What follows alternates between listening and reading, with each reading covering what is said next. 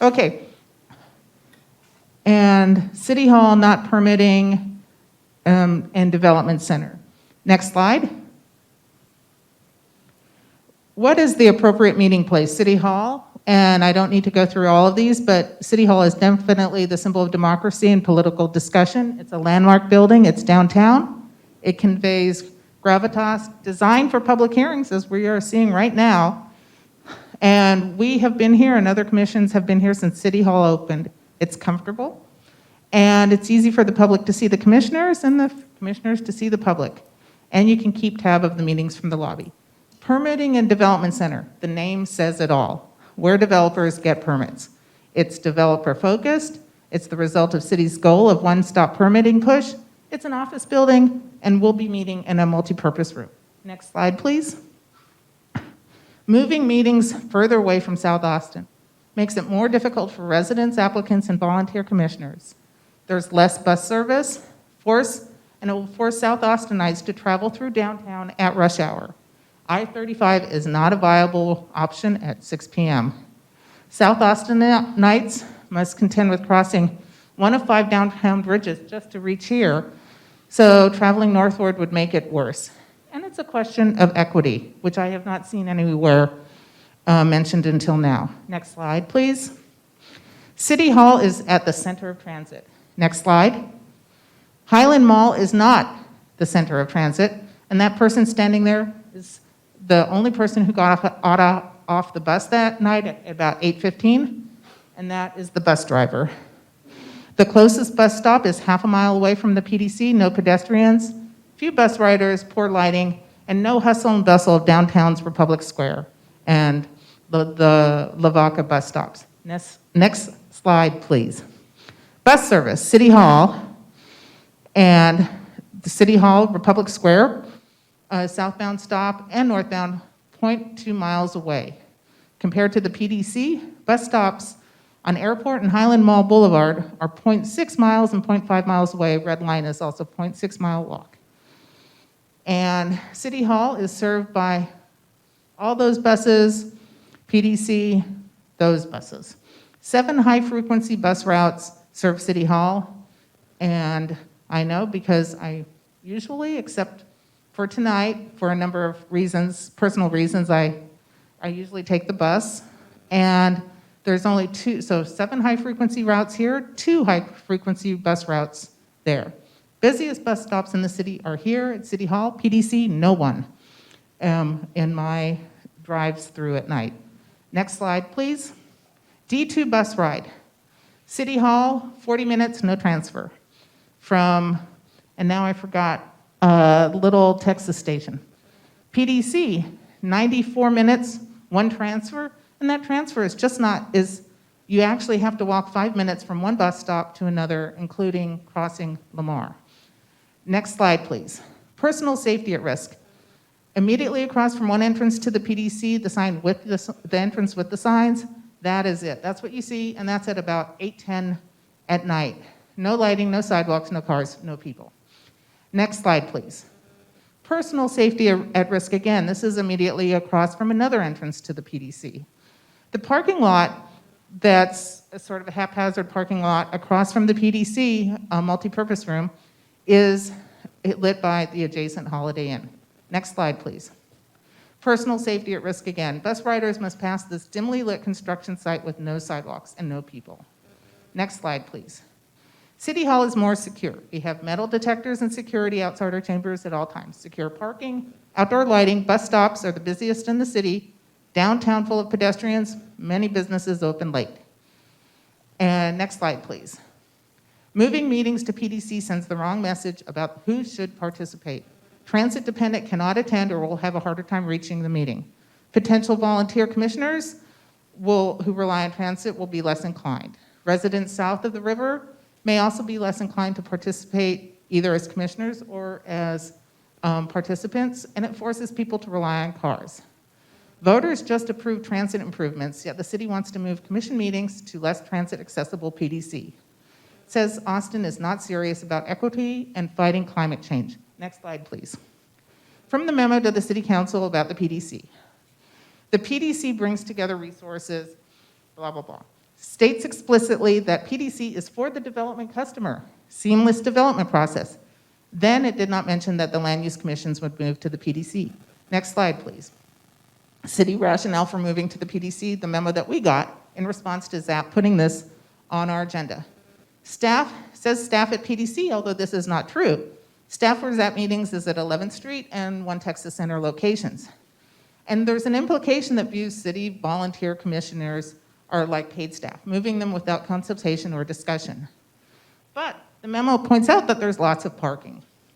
Does not acknowledge the inconvenience to the public applicants and commissioners, and uses Zucker report as an excuse. Next slide, please.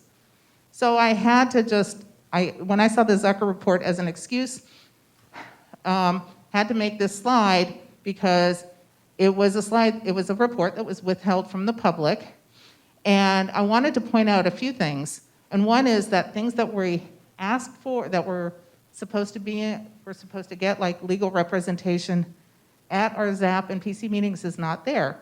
But the Zucker report does acknowledge commission meetings at City Hall with no mention whatsoever of moving them. Next slide, please. But contrary to the city's memo, the city report mentions that commissions will remain at City Hall in an indirect way in one of their recommendations. Purchase iPads or laptop computers for commission members if they are not currently available in hearing chambers. Next slide, please. PDC multipurpose room, not designed for public hearings. There's no dais, awkward layout, movable chairs, and tables. And it was used as a polling place. Next slide, please. Does the city really expect the public, staff, applicants, and commissioners to sit for hours on these stackable chairs? I know, because I've been in that room, I've seen it. Those are the chairs. Thank you very much. Thank you, Vice Chair. I'm going to go ahead and take the next opportunity to speak. I wanted Vice Chair Kielbasa to speak first because she had an amazing presentation which addresses why we're here, and that's to discuss some of the issues surrounding the move to the PDC. I have to be honest, I'm a little disconcerted that we're all here, most of us from all three major land use board and commissions, addressing an issue which sort of exemplifies the lack of communication between city staff and the boards and commissions. I understand that this has been under discussion for a while, but for me personally, I felt like I was given no notice. And more importantly, I felt that there was no public input. I've been researching this, Googling every way I know how since we first got the memo about the proposed PDC move. And the one thing that consistently keeps coming up in my research, yes, I'm an internet researcher now, but the one thing that keeps consistently coming up both through Google and from talking to people who were originally part of the input for City Hall before it was built is that public input was invested in, and the consensus was that the boards and commissions should be put into one place, and that was the seat of government, City Hall. It was moved from One Texas Center, from the LCRA meeting room, and Austin Energy as well, if I remember correctly. A bunch of disjointed places that required people to go to different areas. This is City Hall. Everything should be here, especially sovereign boards.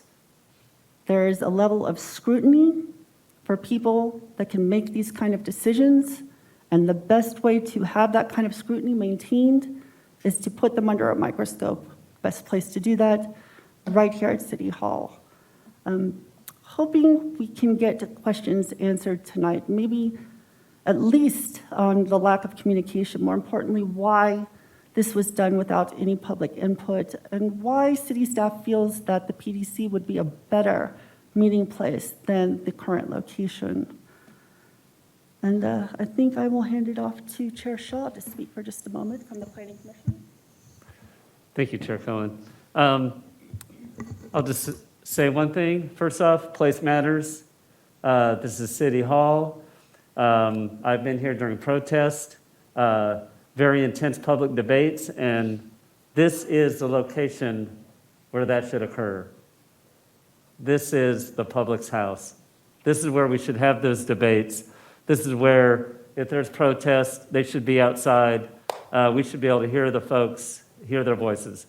Secondly, public involvement. I agree with chairs, vice chairs here, that there has not been the kind of public debate that we need on this issue. We have not given enough time for them to speak. I really personally, I think the commissioners have their personal feelings. I don't think that matters. The public needs to be educated on what's going on, the change being made. February of 2022 is not enough time to do that. Planning Commission has approved several recommendations. One, like the other commissions, to have the A&F committee approve bylaw changes, which memorialize the City Hall as our meeting place. Secondly, we have put forth a code amendment recommendation to actually put that into code for all land use commissions. So that way, we hope to get the kind of public participation that is required to really hear out what the public's concerns are before making this permanent change. So I ask that we let the public speak. In the meantime, I ask that the city clerk please schedule our meetings as we've requested, as we do every year. We've made that request to you to make that this city hall, schedule that for 2022. Please move forward with that. We will know a lot more, I think, middle of this month, December, about what the A&F committee feels, and then it'll go on to council. So I don't want to lose this space out if council does decide to keep us here. If we don't go ahead and schedule it, we may have no choice but to move. I would hate that to be the result of inaction. So please go ahead and schedule our meetings here as requested, and we'll let the council have they'll hear this at some point, hopefully soon into the new year. So thank you. Thank you, Chair Shaw. So I'd like to briefly introduce the staff members that are going to be speaking tonight. We have Rosie Trulove, who is the Director of Housing and Planning. Rosie, do you want to come up and introduce yourself? You want to start? Okay. Hello, Commission members. Rodney Gonzalez. I'm one of the Assistant City Managers at the City of Austin. And so, yes, you're right. We've got a number of staff here present to answer questions that you all may have. And so for expediency's sake, what we'll do is we'll just remain up here going through the questions. But I'll start off and then hand it over to Rosie, Denise, and then Andy. Thank you, Rodney. Rosie Trulove, Director of the Housing and Planning Department. Nice to see you all tonight. Denise Lucas, the Director of the Development Services Department, and I reside at the PDC. Good evening, Commissioners. Andy Moore. I'm with Financial Services, and I'm the P3 Program Manager responsible for building the PDC. Thank you all.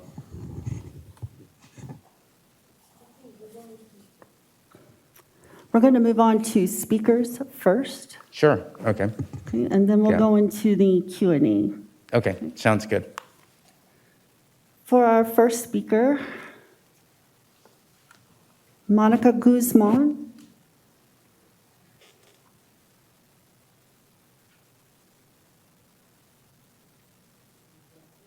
Come on up to the podium.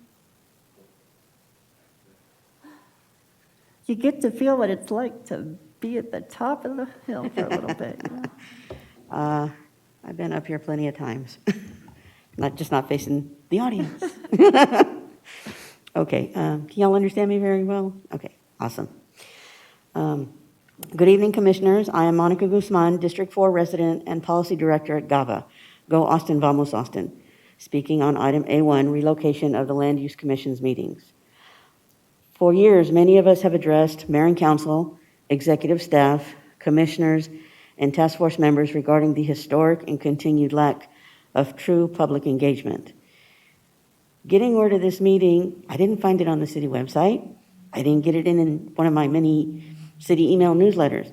I heard about it by word of mouth before it was even posted. That's wrong. It's not just, and others heard about it from me this morning in a meeting.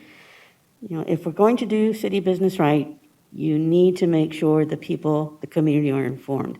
Decisions before the respective commissions are impacting people's lives every day. Through GAVA, we work with residents who recently went through planning commission meetings and are now before council. Some of them may be able to go to a meeting at the PDC, but not everybody has that ability, even though it would be closer to them geographically. It's not a safe area. There's construction going on around it. If you have to come on public transportation, as Commissioner Kobasa, good, I got it right, had said, you know, this is the center of transit here downtown. And the average person, when they hear about city business, the first place they're going to think of is City Hall. You know, not some building behind what used to be a mall back in the day.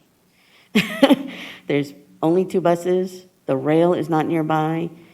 When you have residents who are mobility impaired, you know, or challenged, it's not safe for them.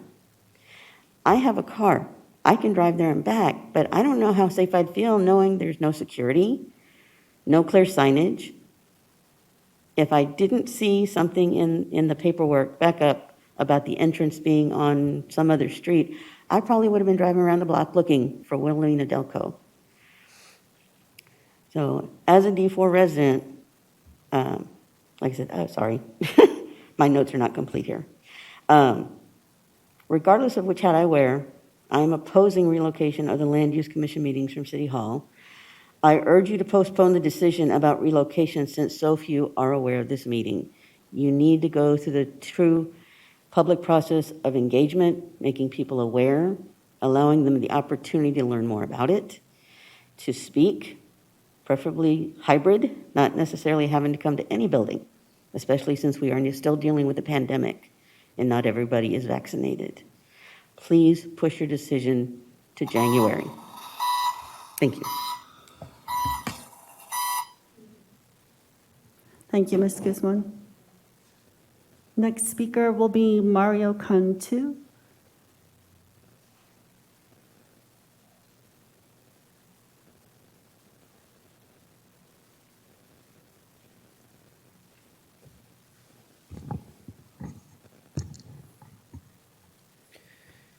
Good evening, Commissioners.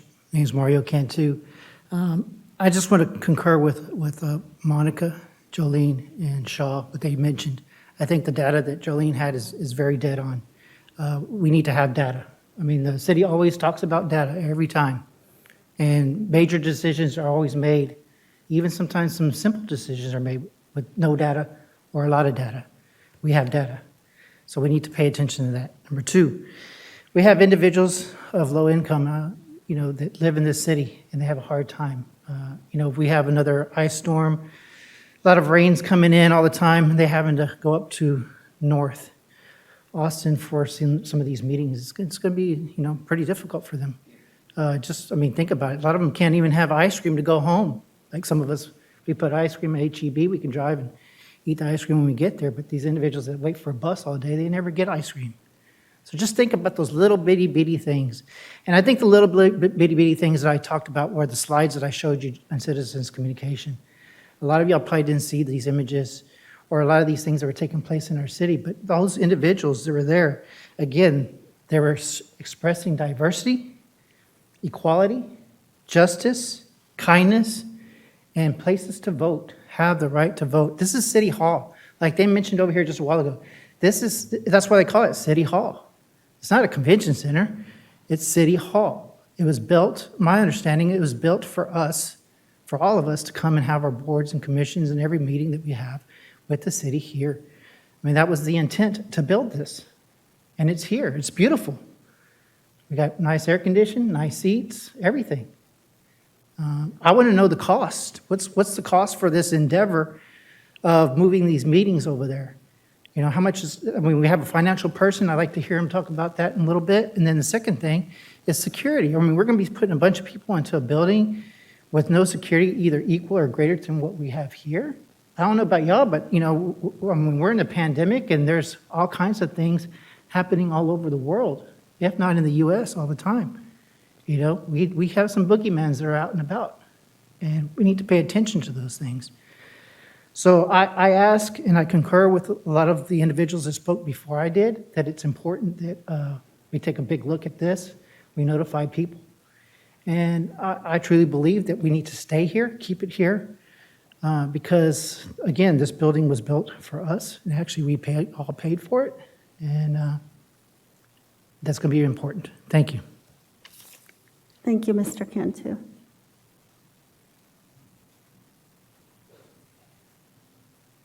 Next speaker will be Ana Aguilera. Hope I said that right.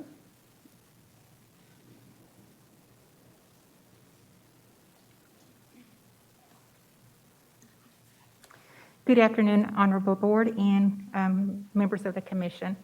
My name is Ana Aguirre. I am a District 2 resident, and I am also the immediate past chair of the Southeast Combined Neighborhood Plan Contact Team. But I am not here to speak for the contact team. I do need to let you know that we were recently made aware of this change, and it was too late for us to put this item on our agenda. But we intend to vote on this item at our next meeting on December the 13th. I know we were shocked to hear about this proposal. Being in far southeast Austin, I cannot imagine what it's going to take for us to get all the way north in the middle of rush hour, because that is when these meetings occur. So that is going to be, it is effectively disengaging an entire South Austin community. And clearly, I'm strongly opposed to this, and I'm very emotional. Just know that I'm babysitting my grandkids. I have not been in a public setting indoors. This was important enough for me to be here. That is how upset I am about this. Equal access. This will deny us equal access. I don't know if you consulted with the equity office. Please do. And I know previously was mentioned cost to move. I would like to know what the cost would be to those of us that are disengaged. This is effective, systemic, and institutionalized racism. I need to call it as I see it. Transportation, it's already been discussed. I used to be a commissioner. One of our meetings ended up like at 2 or 3 o'clock in the morning. I would have loved to know if I had public transportation back home at that time, especially to Southeast Austin. We also represent Del Valley. Tell me about any public transportation to Del Valley. Our contact team attends both Planning Commission and Zoning and Planning Commissions. We're going to get a double whammy each time that this happens. And for staff that are recommending this, this is for you. I was a public servant. I'm now retired. But if your email includes name, austintexas.gov, you work for the public. You are our employees. And this is so unfair that this is being proposed. I did not see any transparency in this process, in this decision at all. I want to know when you're going to be making any future presentations on this. I will let you know. I would also like for you to put yourselves in our shoes. And I don't see that you have at this point to even be making this decision. You need to work for us, and commissioners, board members, ask those questions. I need to know that they represent us. Otherwise, why are we even paying for you? It is our money that is paying for you. Thank you. Thank you very much. Next speaker will be Francis Acuna.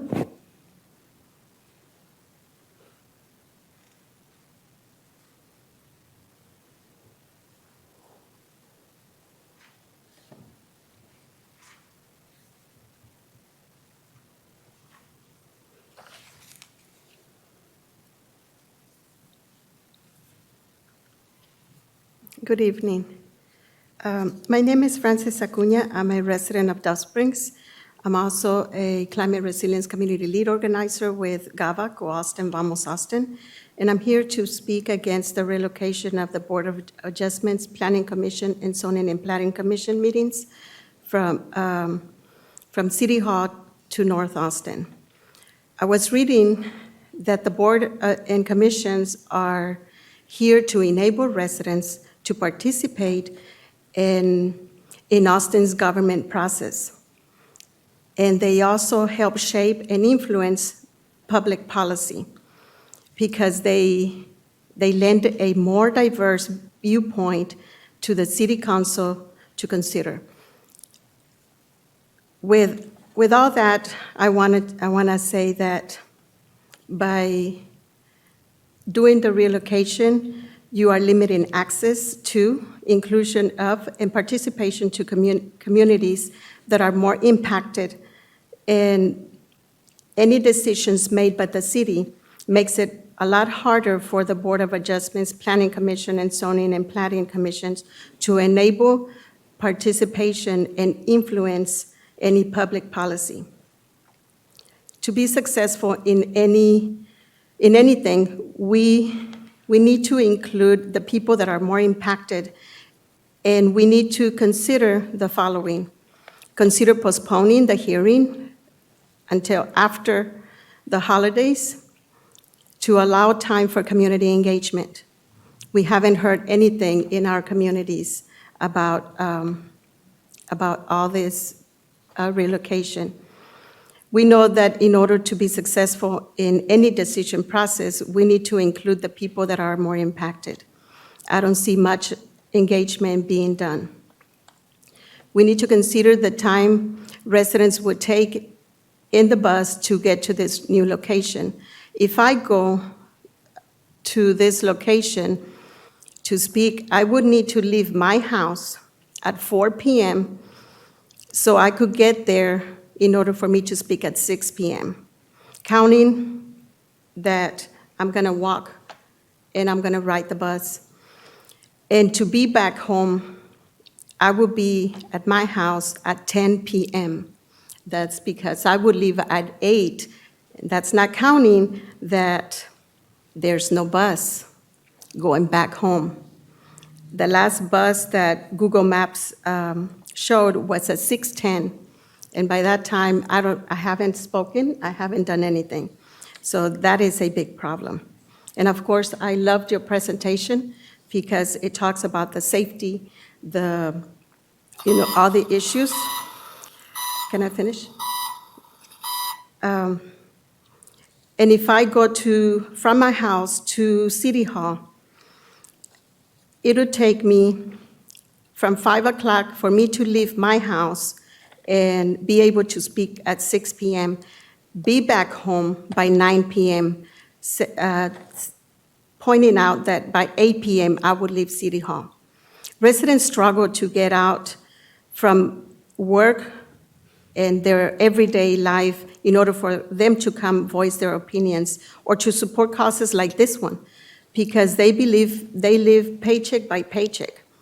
Please let's keep meeting here in City Hall where it is more accessible, but also let's include more residents in the Eastern Crescent. Thank you very much. Thank you, Ms. Acuna. Next speaker will be former Zoning and Planning Commission Vice Chair Jim Duncan.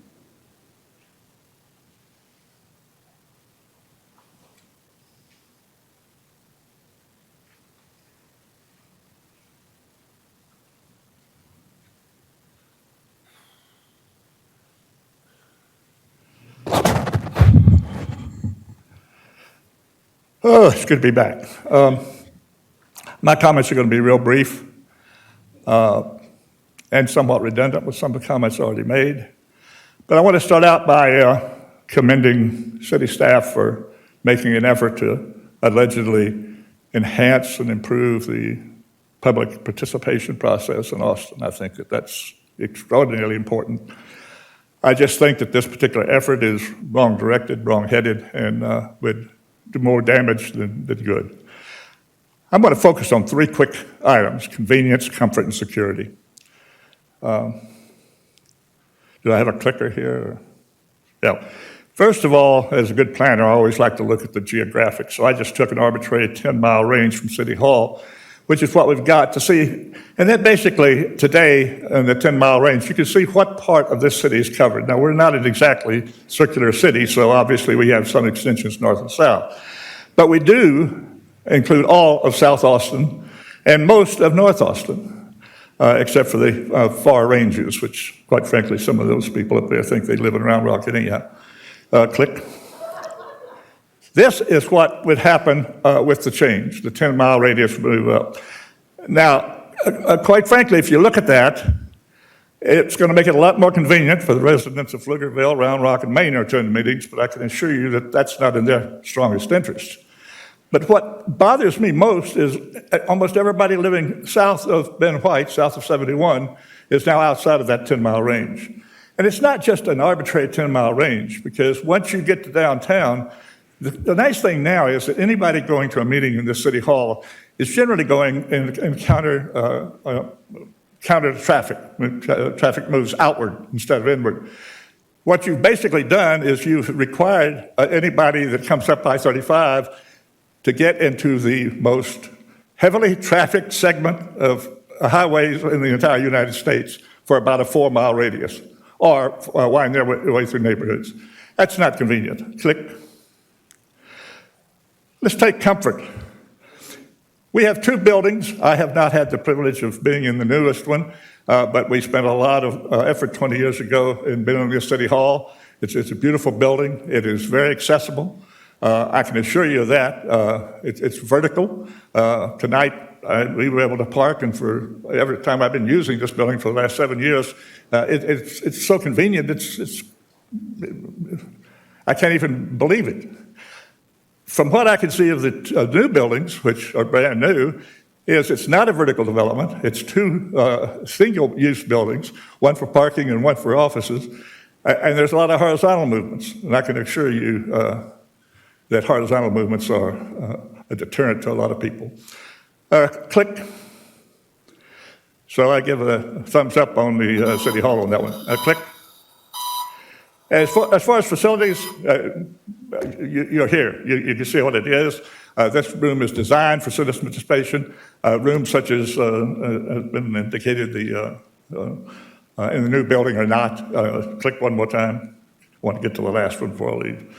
And the facilities here, we have nice, comfortable, ergonomic chairs. I actually showed some padding on my folding chairs. Let's go to the last one. I think it's probably one of the most important ones. One more. This is the location in this year through November of homicides in the city of Austin. You can see where they're clustered. All right, click it one more time. Right where we're talking about locating it. And I'm not saying that it's going to be unsafe, but there's a perceived unsafety up there. Click it one more time. It just happens to be in District 4, which has 1/3 of all the things. One last one. And we talked about transportation. We talked about Highland Mall. It is not in the Highland, it is in the backside of Highland Mall. It is a half a mile from the transit station, and most of the bus stops are all along Airport Boulevard. It is not that accessible. So thank you much, and I apologize for taking more time. Thank you, former Vice Chair Duncan. Really appreciate it.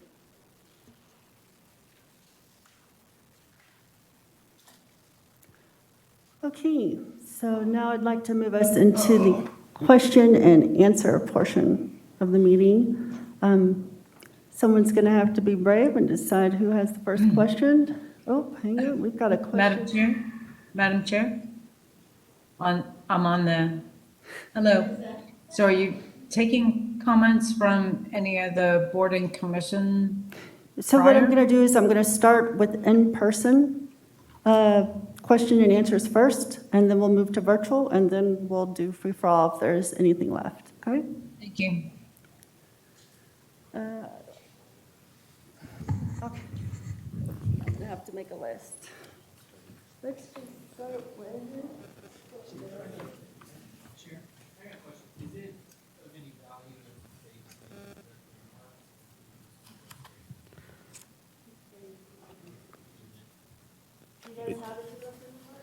What was that? No, we were actually here to respond to any questions, things of that nature for the commission members. So you want me facing this way or that way? Okay.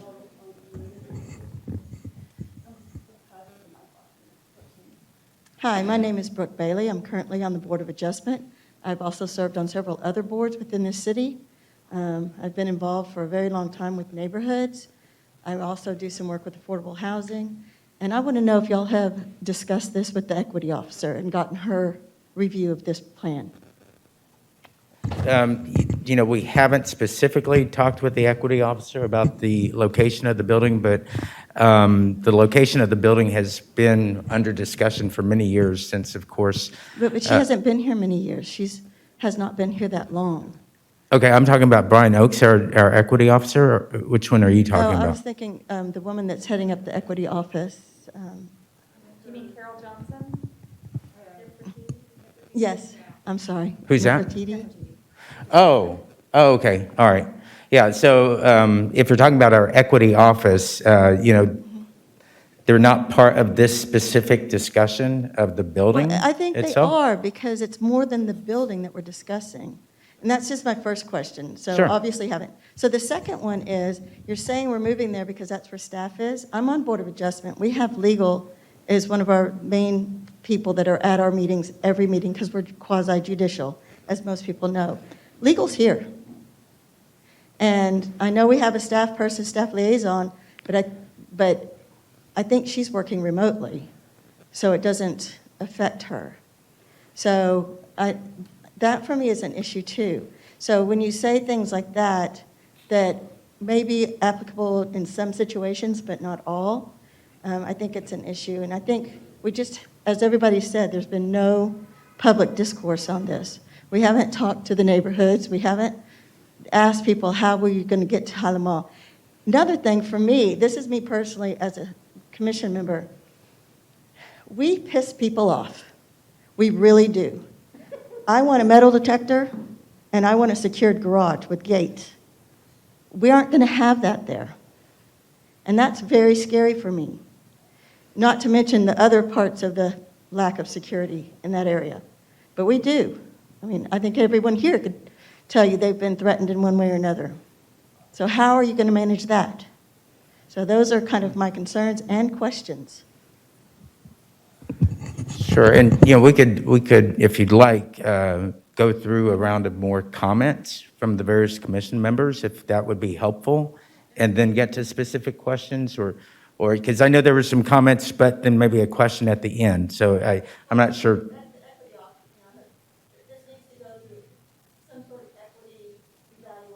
Okay. Just a quick point of clarification. Our Sure. board liaison is actually at the PDC. She was moved there a few months ago. The Planning Commission's app liaison is not.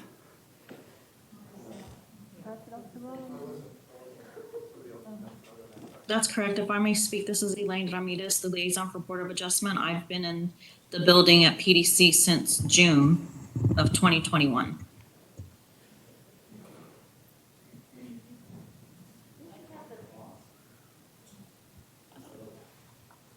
Did you have an answer about the equity question? Okay, I have more of a statement than I do questions. My questions come at the end. They Okay. said that. So I'm going to go through this. I wrote this down so I don't rattle on. We discussed it. I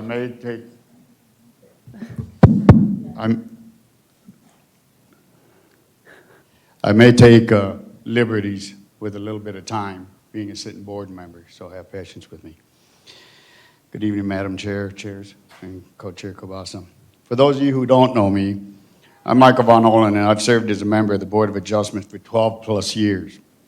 Prior to that, I've served on several advisory boards and commissions since 1992, long before some of you have even been here. In that time, I've stood up for and supported city staff regularly. I've had a few, if any, issues with them as it relates to the board activities. Our staff BOA liaison has been outstanding. And I must say, sadly, though, there's been a noticeable change in the relationship between DSD staff and the boards. I'd like to take this opportunity to point out that I was appointed by the mayor and city council, not by city manager or by city staff. I serve at the will and pleasure of my council member not at the will and pleasure of the city manager or city staff, and I am not a city employee.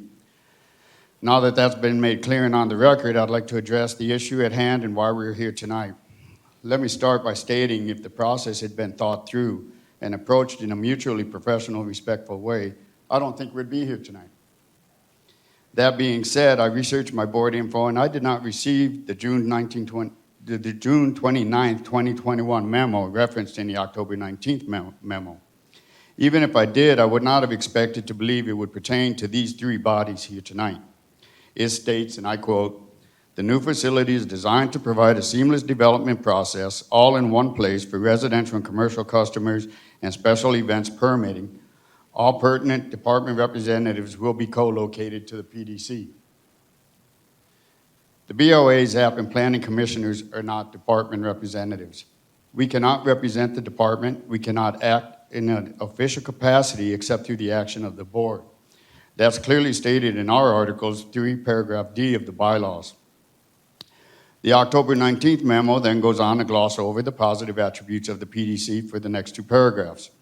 The final paragraph attempts to shore up the reasons for the required change.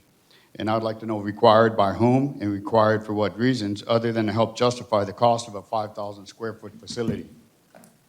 Let me point out that as a quasi-governmental sovereign board that is established by the authority pursuant to Chapter 211 of the Texas Local Government Code and derives its authority from state law as well as City Code 2-111 and Chapter 25-2, this board, planning, and ZAP are not your normal advisory boards or advisory commissions. The decisions made by these three bodies can change code and in some ways change laws in the city, whether it be through interpretations or other actions taken by our meetings. Hell, even the city council, let alone city staff, cannot overrule the decisions made by BOA. It has to go to district court. But I digress. When we sit on the dais, it's in the representation of the mayor and the council members. We are the living representation of their authority in City Hall, and this room is the representation of that authority as well. The October 19th memo goes on to say the move, quote, "reinforces the concept of the PDC serving as the city's one-stop shop for all permitting and related needs, which is recommendation in the 2015 Zucker analysis." The attempted rationale for the required move is not there. Again, we're not employees. We do not interact with citizens except as a body from the dais. The Zucker analysis was to analyze the department, not boards and commissions. I was involved, and I was around when the Zucker report was commissioned. I was on the board for the Associated General Contractors America, and planning and development was chaos. Couldn't do anything, get anything done. It was to analyze permitting and process and the efficiency of the departments. I would challenge you to show me where in the Zucker report where it talks about moving these three sovereign boards in the report at all. But I did notice that Co-Chair Cabas did point out a very good fact that it says that these bodies can remain here in City Hall. But let me tell you, in the years I've served on local, state, and federal boards and commissions, I cannot tell you how many times I have had to personally escort members to their vehicles. We have had to have APD stand by and even remove people from this chamber in the past before we went to the security people we have now. The decisions that these three bodies make are sometimes controversial and at times contentious. I myself have in the past received veiled threats, and so health and safety is paramount. PDC does not provide the adequate security, and it cannot by design. The parking lot is easy pickings. Greyhound across the street is a well-known hotspot for criminal activity, and I think that was just shown on the past slide a minute ago. Secondly, City Hall is centrally located with adequate transportation accessibility. The PDC is not. It is discriminatory by nature and design. Since our decisions are legal and have far-reaching legal ramifications, our legal team located upstairs can also easily access legal info in minutes. We've had to have them do that in the past, leave a meeting, go upstairs, gather info on the issues that come before us, as Brooke had stated. If the reason is to have staff available, that's ludicrous. We can't even get staff to respond now. It took 3 years to get staff clarification on the UT sign ordinance. It went through the turnover of 2 chairmen before Jerry came after numerous requests. Not to mention, our meetings are in the evening after staff leaves for the day, so the reason for the access to staff doesn't hold water either. If the true intent is to reduce the reliance on City Hall, council chambers, and committee rooms, then move all the advisory boards and commissions to the PDC, but the 3 sovereign boards that represent the seat of government in Austin need to stay at City Hall. I'll close again with pointing out we are not paid employees or even considered city staff. We represent the power and authority of the mayor and city. Continue to have the meetings of these 3 bodies in the seat of authority, which this room represents. Let's cut the power plays, okay? I've been through this in 28 years of having business, and the city was my second largest client. I've been through these dog and pony shows. You know, and we need to do the right thing for the citizens, volunteer appointees, and the tax-paying citizens of Austin to have equal access to the city government process. I will point out that the Wednesday, November 10th memo from the city clerk's office, I was very disappointed in because it gives the appearance of this being a done deal. And if we're just doing a dog and pony show and going through the motions and nothing's going to change, then don't waste my time. Don't waste anybody else's time. Let's call it as it is. City council at the end is going to have the last say. So before we go moving, and I would like to make the request to city clerk to go ahead and set up next year's calendar for us here, for the 3 bodies here, in case the city council makes a decision. I spoke to my city council member tonight. I know where they stand. I know where this is going to go. So before we start pulling triggers and jumping the gun, I think we should move with the intent of the 3 bodies still meeting here in this room here. Thank you. I sort of went off track there a little bit. Board Member Von Olin, I heard a couple questions in there. The first one was required by whom? Yeah, well, that one, and also why would the three sovereign boards were not consulted prior to the staff making this decision? Okay, so let's Why was go there through not a those one by presentation one to real council? quick. Same So, things, you know. He's got a good memory, I can tell. you got it? Didn't make it to assistant city Why manager were without the one. sovereign boards not consulted? Moves required by whom? And where in the Zucker report does it say we should? Yeah, so with regard to consulting, there weren't boards and commissions that were consulted. This was an administrative decision going back approximately 6 years when the building was designed, with the intention of course, creating what we call a one-stop shop. And that intention, of course, was to also create this board and commissions room with plenty of seating, et cetera, to host the land use commission meetings. And so that decision was made many years ago. And then the second question was, the Zucker report. Yes, and so you're right, it doesn't say to move land use commissions. What it does is it reemphasizes the one-stop shop concept. Board Member Von Olin, did that answer your question?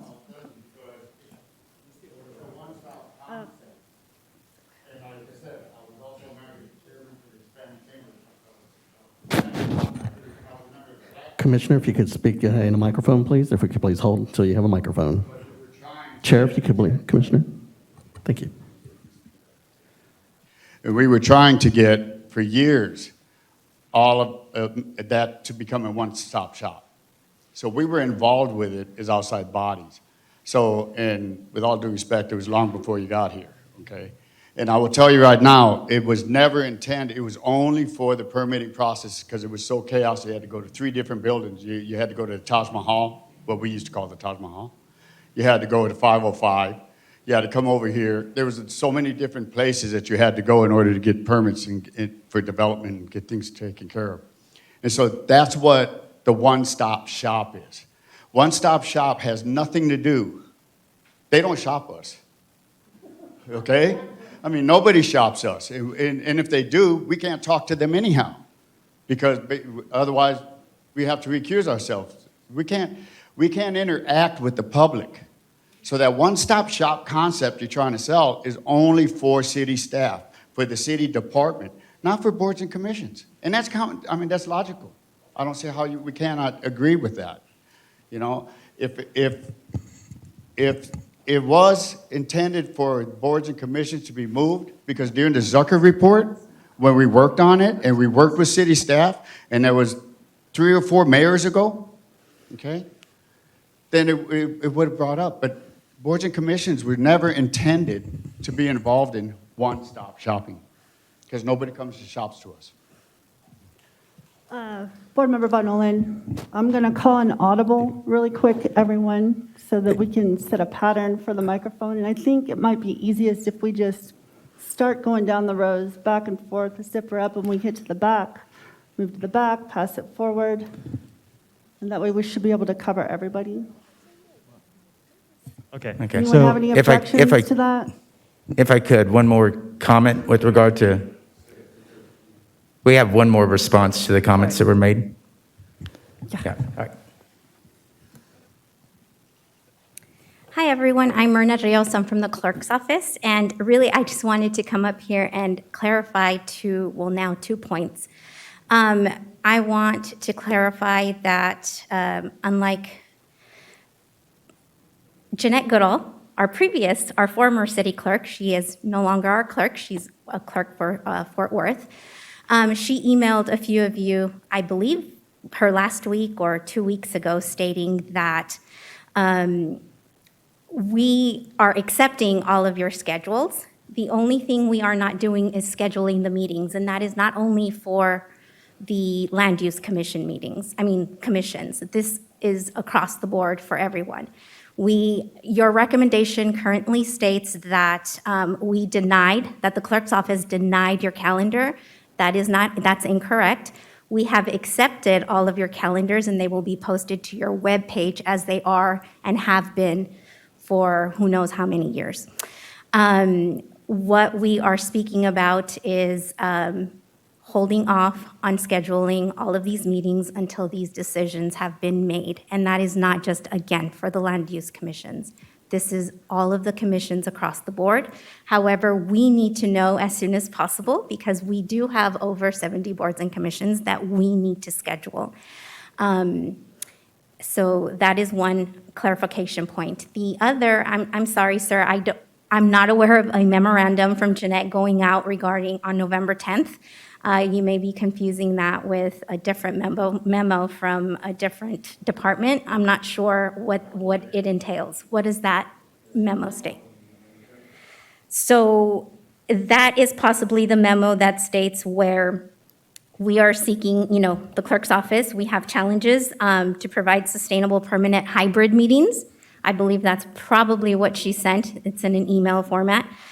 For all of the boards and commissions, and the only way possible to expand the locations that can efficiently host the hybrid meetings is not possible to host them all here at City Hall. So we have been directed, and the code has been changed by the City Council that effective February 28th, we need to provide this or these opportunities to all of the boards and commissions to conduct hybrid meetings, and that's why we're here. That was her explanation. But we have no say in this,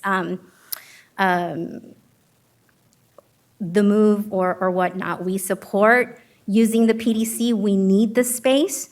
How it is determined who goes or not, we do not have a say in that. Like ACM Gonzalez mentioned, it's all administrative. So I just wanted to make that clarification point. Mr. Rivera, can we pull up that memo? Sure. If we can proceed to the next speaker, and I'll have it available. Okay. So I want to ask, currently, sorry. If I may, real quick. Sorry, another audible. Commissioner Bray. If I could just ask the room real quickly, raise your hand if you knew any of that information, any of it. Did anyone know that our schedules were being accepted? Liaisons? This is a communication problem, and a bad one. It's very frustrating. I'm sorry. Go ahead, Commissioner Bray. Okay, my name's Timothy Bray. I'm with the Zoning and Plotting Commission.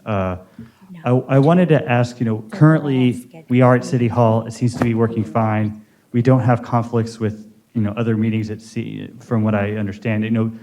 The system seems to currently work.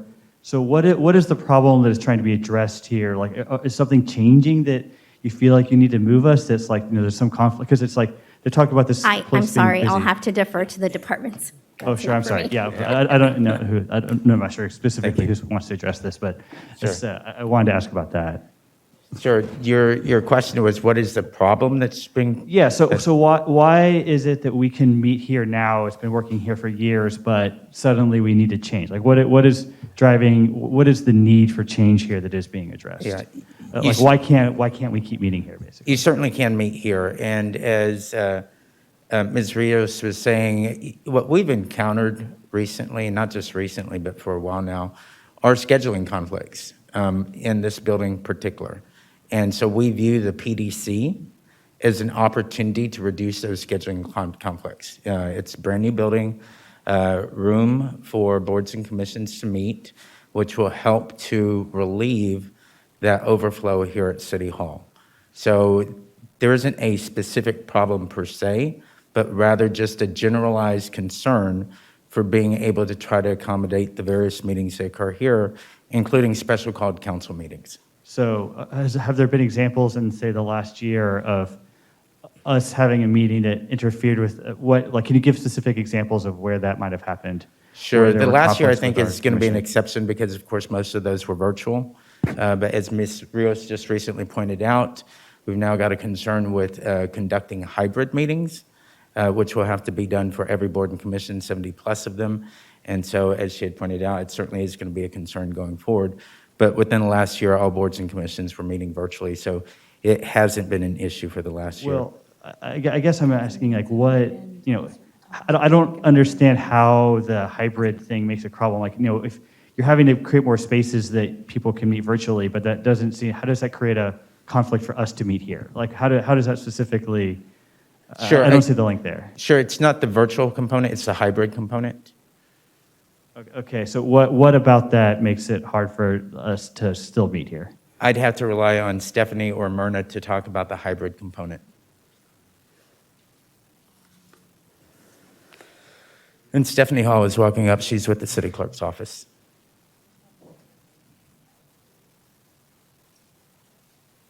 Thank you. Sure.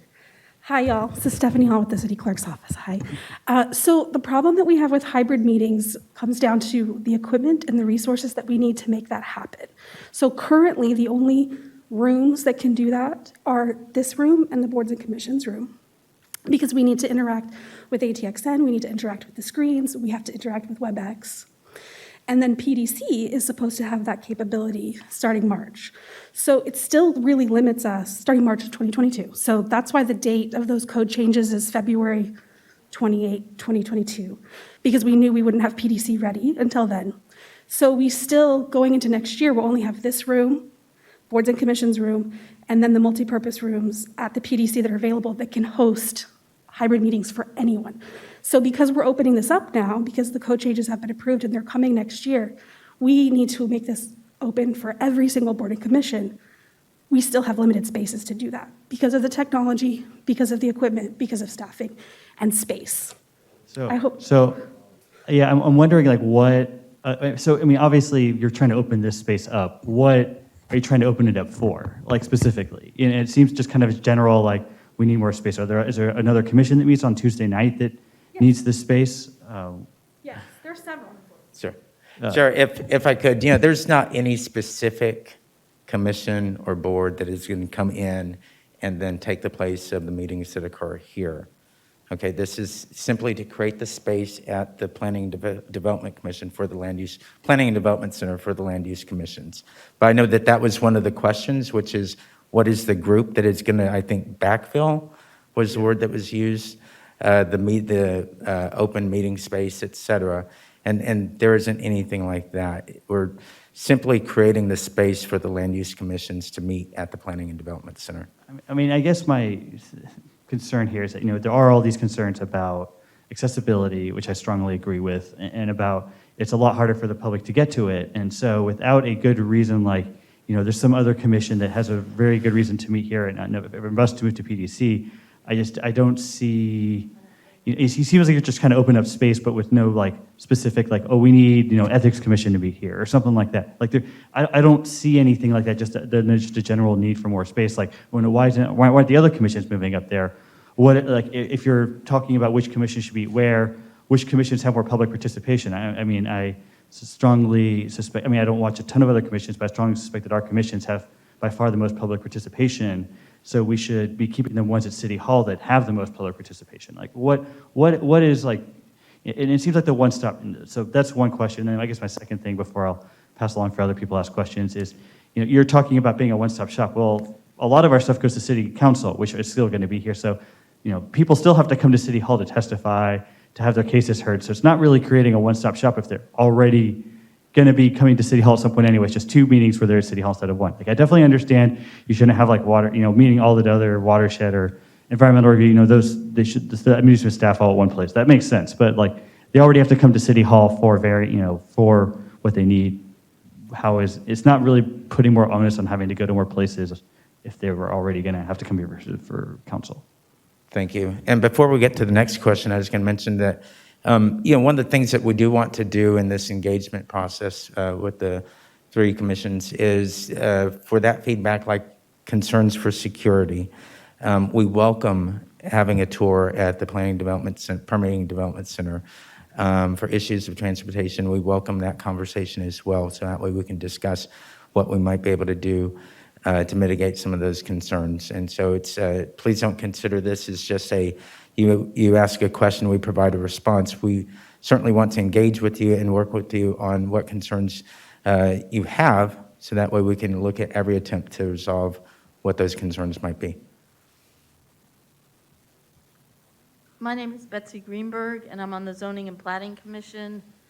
Since the 2015 Zucker Report was published and the one-stop shop for permitting and development needs was established at One Texas Center, why wasn't there a push to move these boards and commissions to One Texas Center? And if the seamless development process all in one place is so important, will city council meetings that consider zoning cases also be moved to the PDC? So with regard to the One Texas Center, and I can go back to that discussion that happened 6 years ago, we had looked at One Texas Center as an option for being the one-stop shop, if you will. And I know that term invokes all sorts of different history, but we had looked at that. It just wasn't conducive because of the floor plate sizes.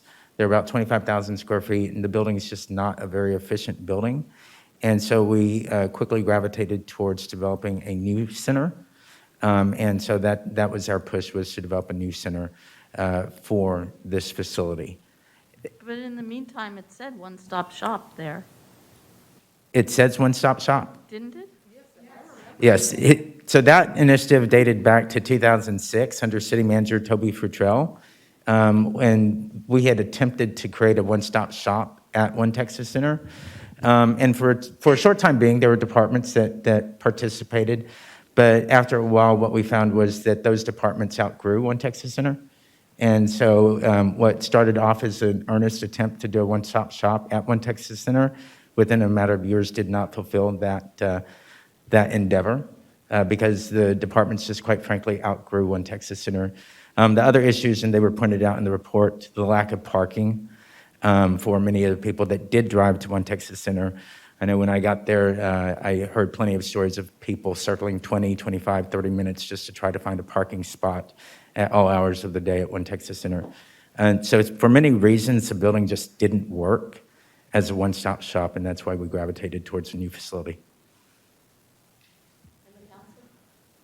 And the city council, we have been talking with the city clerk's office about potentially hosting city council meetings at Permitting and Development Center as a means of getting the city council meetings kind of roving throughout the city. And so that's why we equipped it with the technology to broadcast the meetings.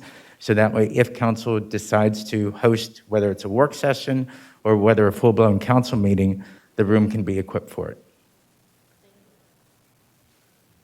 Hi, my name's Richard Smith. I'm a member of the Board of Adjustment. And my question to you is, you've seen some information presented in these slides and discussions. Is there anything on there that you disagree with?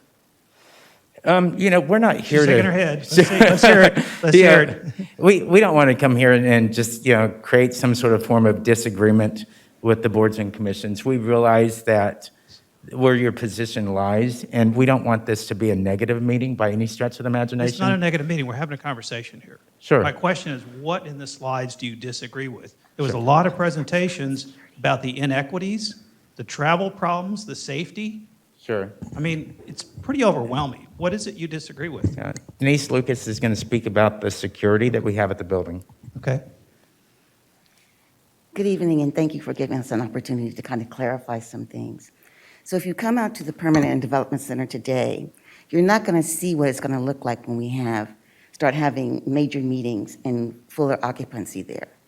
So in June of this year, the employees of the PDC started to integrate back into the building.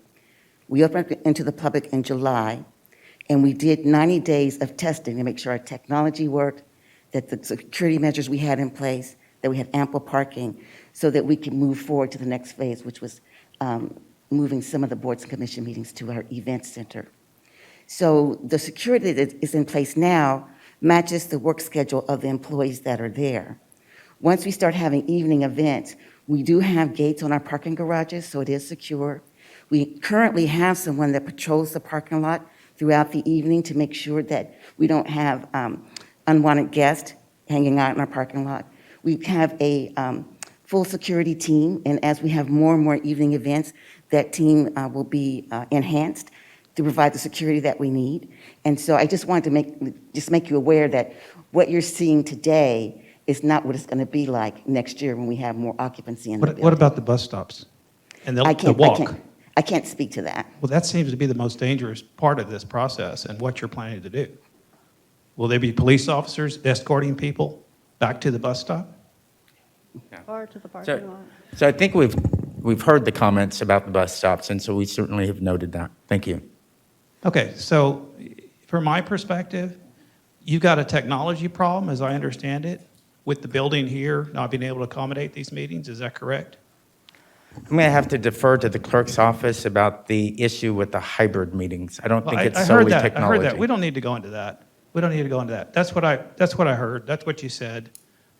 The issue here is you've come up with a solution to a problem that's totally unacceptable. It's unsafe. It is not accessible. And it's not consistent with what the boards and commissions are set up to do. I mean, it's totally inconsistent. You've got to go back, say, let's figure out a different way to solve this problem. You've come up with a solution that doesn't work. Go back and come up with a different way to solve it. Maybe you need to spend more money on the technology here at the building. I don't know. But any solution doesn't mean it's the right solution. This is not the right solution.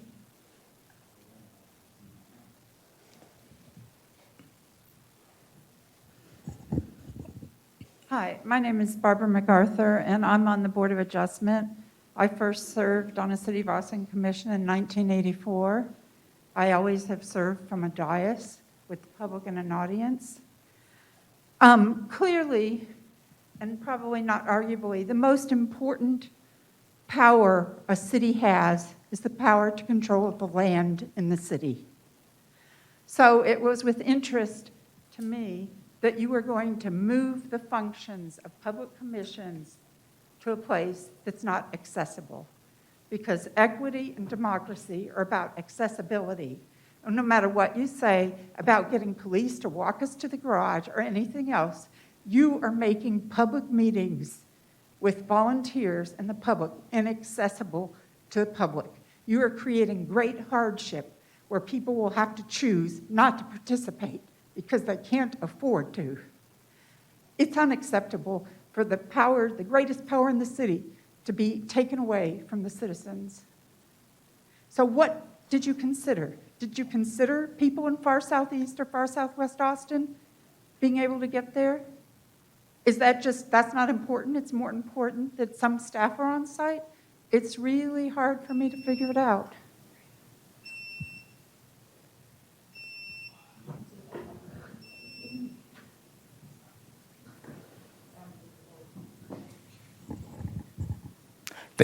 Okay, thank you.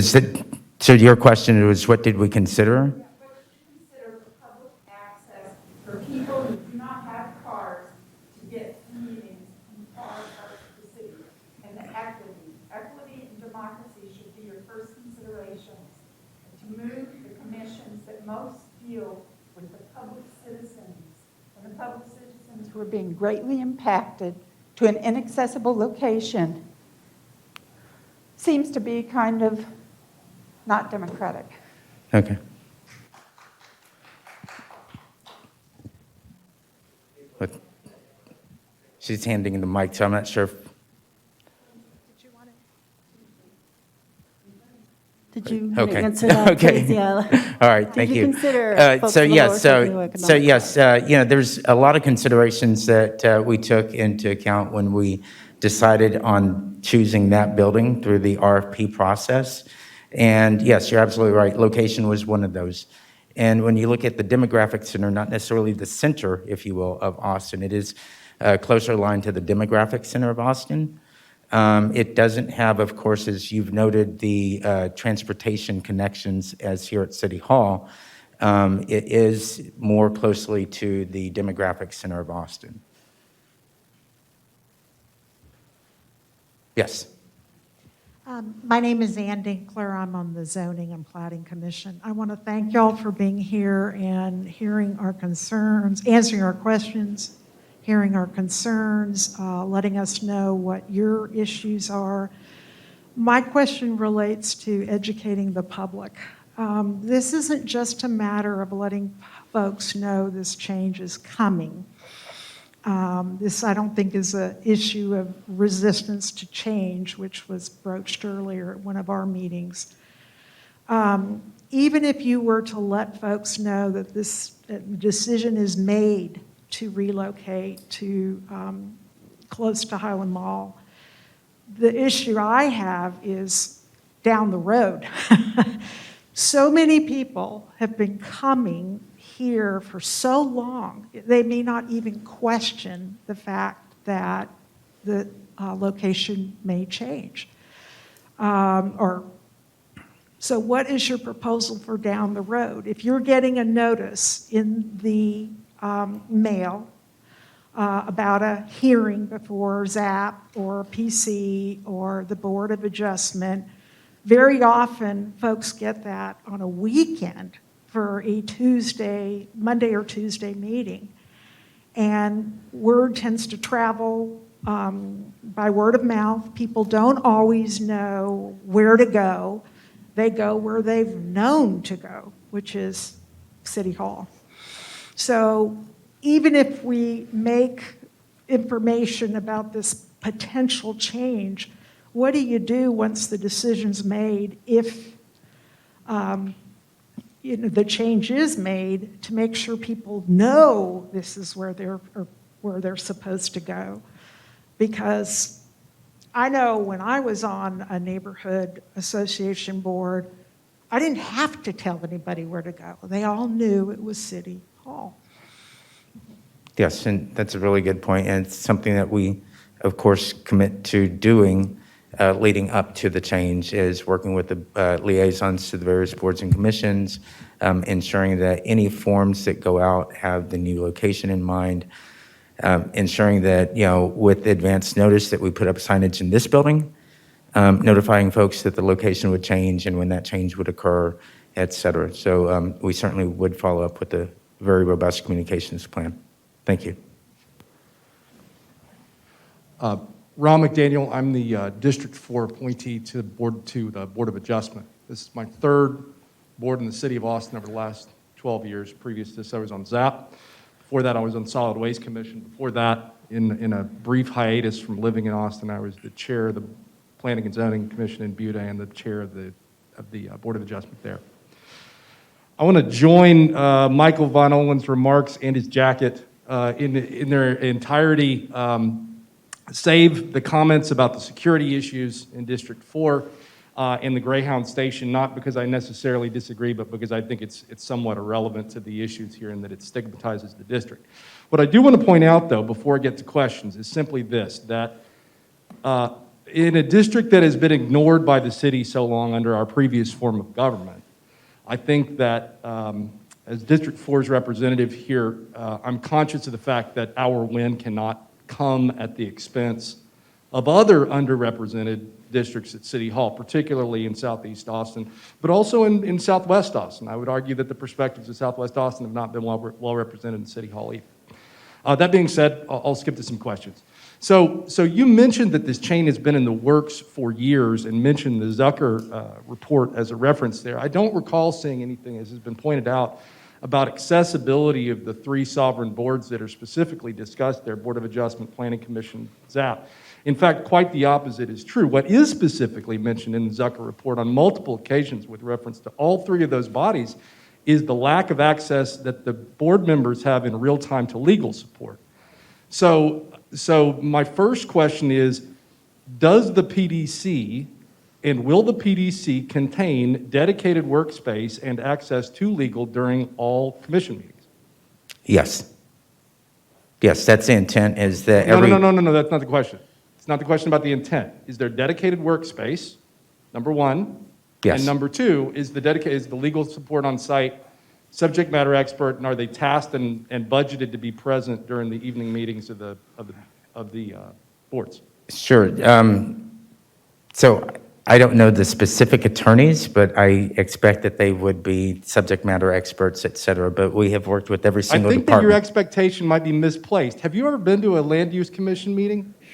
Okay, I'm trying to respond to your questions. Well, I'm not so sure, and I'm really not trying to be combative. That's a serious question, meaning that it is more often the norm that the attorneys, while they may be fine attorneys and some subject matter expert, are not subject matter expert in land use and the code specifically. So that would be. You want to take that one? Or, okay. No. I mean, thank you for that comment. And, we don't have law department represented here today or the city attorney, but I would be glad to carry that comment to them That would on be your fine, behalf. and I think that actually speaks volumes that you have a joint meeting of 3 sovereign commissions without the city legal present. Considering the major role that played in the Zucker report about these 3 commissions, to me that seems like a significant point. And the nexus to that issue is this: legal is here, right? So that's number 1. Number 2, in that these are sovereign boards, particularly the Board of Adjustment, is a quasi-judicial body. Not only is it required that we have legal on site, but also it's important to point out that the function of these 3 boards, particularly the Board of Adjustment, is different from the function that the rest of DSD performs, in that none of these boards are part of the department. The function we play is in the public interest in hearing cases. Can you explain in what sense the one-stop shop for the customers of the development department, that is, access to permitting, processing, review, right? The staff, the people that get paid to do it, to work through the steps of the process, all of which are very relevant. I salute the intent. Like, I'm thrilled that PDC is there. I'm thrilled it's in Highland. I think that's a great location for it. But how does that in any way relate to a public hearing about a case that takes place outside of staff working hours? Other than just the phrase, I mean, you can kind of wave the words one-stop shop around, but like, what does that actually mean? Sure. Well, thank you for that. And once again, our staff, of course, works beyond 5 p.m., et cetera, to attend various boards and commissions meetings, et cetera. And so that's one facet of this. The other facet was, as I mentioned earlier, which is to create the space and take on some of the overload here at City Hall at PDC, as was just mentioned. I'm glad you brought up the overload on City Hall, because I have to admit that I'm struggling with the idea that we don't have enough seats for a Zoom meeting in here. Well, then could you explain it?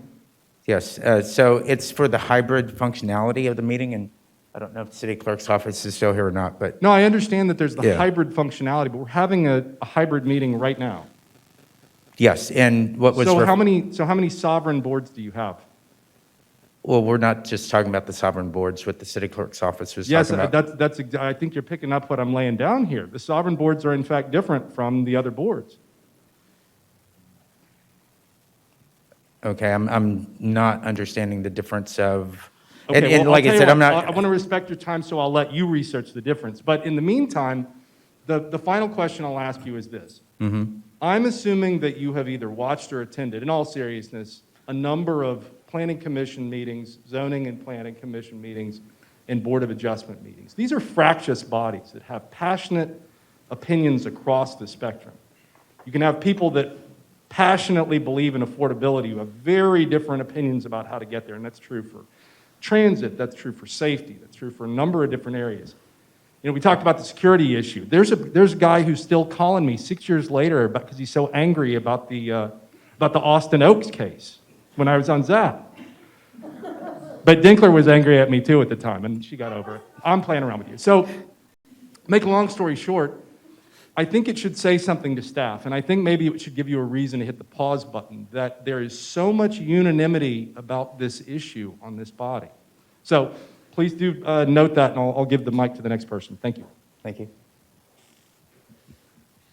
Hello, my name is Nicole Wade. I'm a new member on the Board of Adjustments, and I represent District 2. I'm also a resident of Southeast Austin.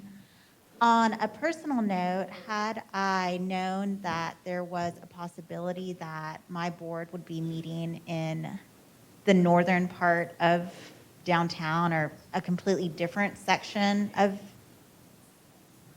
where our meetings are currently held, I would have strongly reconsidered even applying to be a member of the board. I think that part of the reason I wanted to join is that I was given more access to City Hall, given that I work downtown. So the idea that I'll have to spend an extra 45 minutes driving to a meeting and more time driving home, I think affects future members of the community who might want to participate. Additionally, and I think this has been touched on, but given the sovereign nature of these 3 land use committees or commissions, I do think there is a reason to give special consideration to the location and to the needs and concerns of the board members. We are affecting individuals' property and personal rights, and I think that should be given more weight and concern than other commissions. And I'm not saying the work that the other commissions are doing isn't important, but I think given that we do have quasi-judicial status, our decisions are heard by the district court. If there's an appeal, I think there's a greater concern that we need to be more accessible to the public and that our board members have greater comfort in our own security. I know there was some talk about there would be Austin PD at the news center, but one of the things that really concerns me is there going to be a metal detector? People come to these meetings and they get angry, and I don't want to come here in fear for my life that someone's going to get angry at a decision, and since there's no metal detector and Austin PD is somewhere in the parking garage, that I'm not going to feel safe.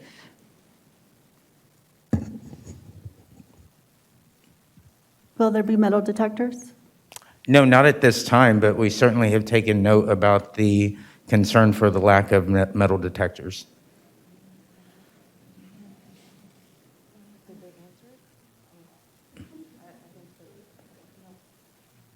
I think there's someone on that side, Ms. Acuna.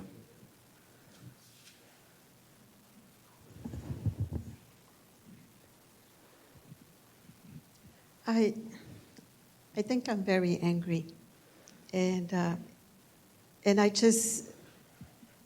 want to know if you even think about the people that will be going to that place with children, because a lot of times we have to bring our kids. How are they going to come to the bus? You know, I have a car, but even with a car, I'm scared whenever it's dark out there because I don't know what's out there. And most of the residents that I work with, they have children. They take a bus. When I was Googling how to get there, it takes 2 or 3 buses to get to that place. And then at 6 o'clock, that's it. You don't have anywhere to get home. How are these security systems or are these security officers, are they gonna take the people to the next bus stop? That's something to consider. And I believe you work for us. You are supposed to protect us. You're supposed to work for us, not us for you. So I think you need to not only consider, but you need to make sure that residents are safe, the residents are coming to this space so they could voice their opinions, so they could voice their concerns. That's what we as organizers are working for, and working with residents so they could be empowered, so they could be able to come into this space and tell you what they're missing in their communities, what their concern is, where they get flooded, where's the other inequities. They come to this space so they could share that. And how are they supposed to go over there and come back? It's not doable.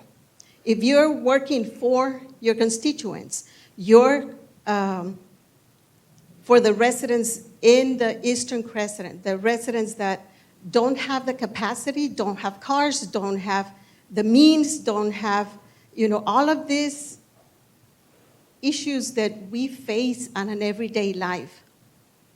How are we supposed to work with you when my work as an organizer is meeting that gap of communication between you and the residents? That is my work.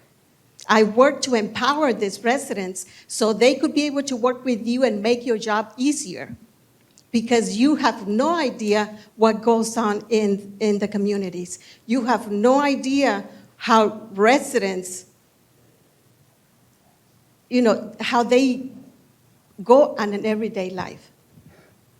I'm sorry to interrupt. If you want to hang on one sec, I don't want to make you think I'm silencing your voice at all, because I am a huge advocate for us folks on the east side. But the question and answer period is just going to be for commissioners and board members. But Mr. Assistant City Manager, if you'd like to answer the question, you're more than welcome. I think we can offer a little leeway here. Sure. And that question was, I think Ms. Acuna was making more of a statement and concern for things that we should consider.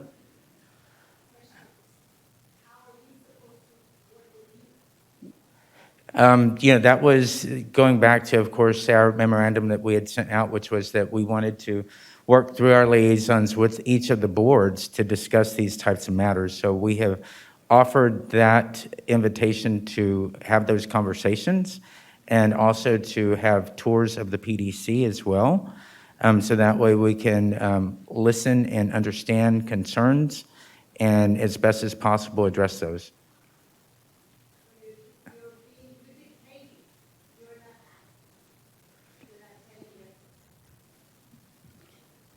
Thank you. Who's got the microphone? Hi, Grayson, Planning Commission representing District 10. I appreciate Mr. Gonzalez and the rest of the staff being here and for stepping in the firing line. I admittedly came into this whole issue very neutral. If I was solely making decisions off of selfish purposes, the PDC is like a third of the commute for me instead of coming downtown.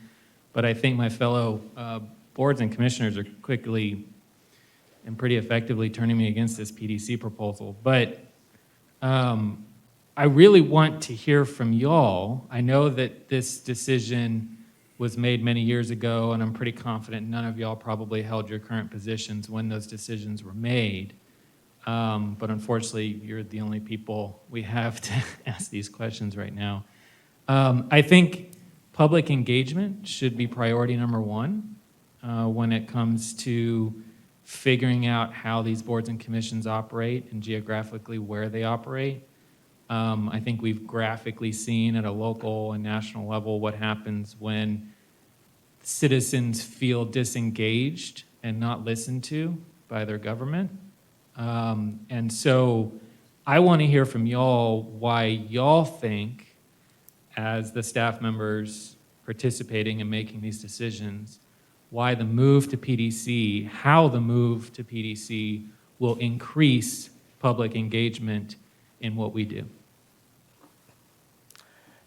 What I can do is offer you some generalized comments. As I had mentioned, it's closer to the geographic center, as you pointed out. It actually is closer to you, closer to the geographic center of the demographic, or of Austin's population. Can you help me understand? Sure. What is a demographic center? I know what a geographic center is. What's a demographic center? So when you look at the population as a whole, we've got a lot of folks living in northern Austin. And so when I talk about the demographic center, I mean closer to what the center of the population of Austin is versus the geographic center. So how will the move to PDC increase public engagement in what these three boards and commissions do for the city? Sure. Well, once again, the intent is to continue the public engagement. Now, our hope is that it does increase participation, but nothing can be guaranteed. I would think that with it being more closely located to the demographic center, that more folks might be apt to participate who, to your point, would have otherwise traveled a further distance. But just like as has been pointed out, it is going to be further than our Southeast Austin residents as well. And so any location has its pluses and minuses.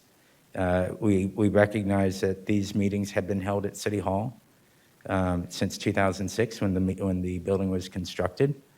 And this is a change, 2004, thank you, since the building was constructed. And so, it's something that we want to, as much as possible, inform the community about the change so that way we can continue the public engagement and encourage more public engagement. But to your question of, I think you had asked how. It's just working with our community to ensure that folks are aware of the location change and encouraging them to utilize the new location as a way to come and get engaged. Okay. Well, from a staff perspective, what do y'all see as the biggest drawbacks of moving these three boards and commissions to PDC? From our perspective, what we've seen are the positives. So, the drawbacks obviously are the ones that we're hearing today because we know that change is difficult. We know that something like this will not be welcome for many reasons. We also know, and this is being in the building for the better part of a year, that it is a building designed with the resident and the customer in mind. Brand new building, plenty of room to spread out and to participate. When you say customer, who are you thinking of as the customer? Our residential customers, people who come in to do any type of minor permit for their home, any type of home builder that's coming in. We refer to anyone who submits an application as a customer.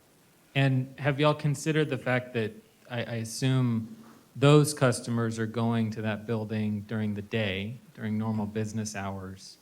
Have y'all had any events yet or anything that's outside normal business hours to see how that area functions and operates? I know that we recently held, and I know it was a question here, the census, not the Census Commission, but the Redistricting Commission meetings that were held there. And I didn't participate in those, but we could certainly respond with how those meetings went. So there's another commission that's already operating out of the PDC? I don't think it's, yeah. Oh. I know the Redistricting Commission meetings were held over there at PDC for sure. Okay. Is it possible, Andrew, to get feedback from them?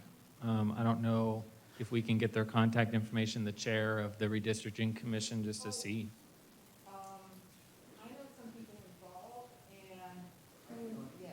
I think that's an excellent suggestion because they were very upset that in 2013 they had a certification ceremony here in City Hall, and they were told they could not do it in City Hall again, so they had to do it at the PDC. And certifying the district maps for the council districts is actually a very important role. They had a very important job to do, and they felt that they were just put aside and they didn't have any choice in the matter. So yes, I think contacting them would be a good idea. Yeah, I don't know how the best way to go about doing that, but I'll leave it up to the chairs and Andrew to connect us up.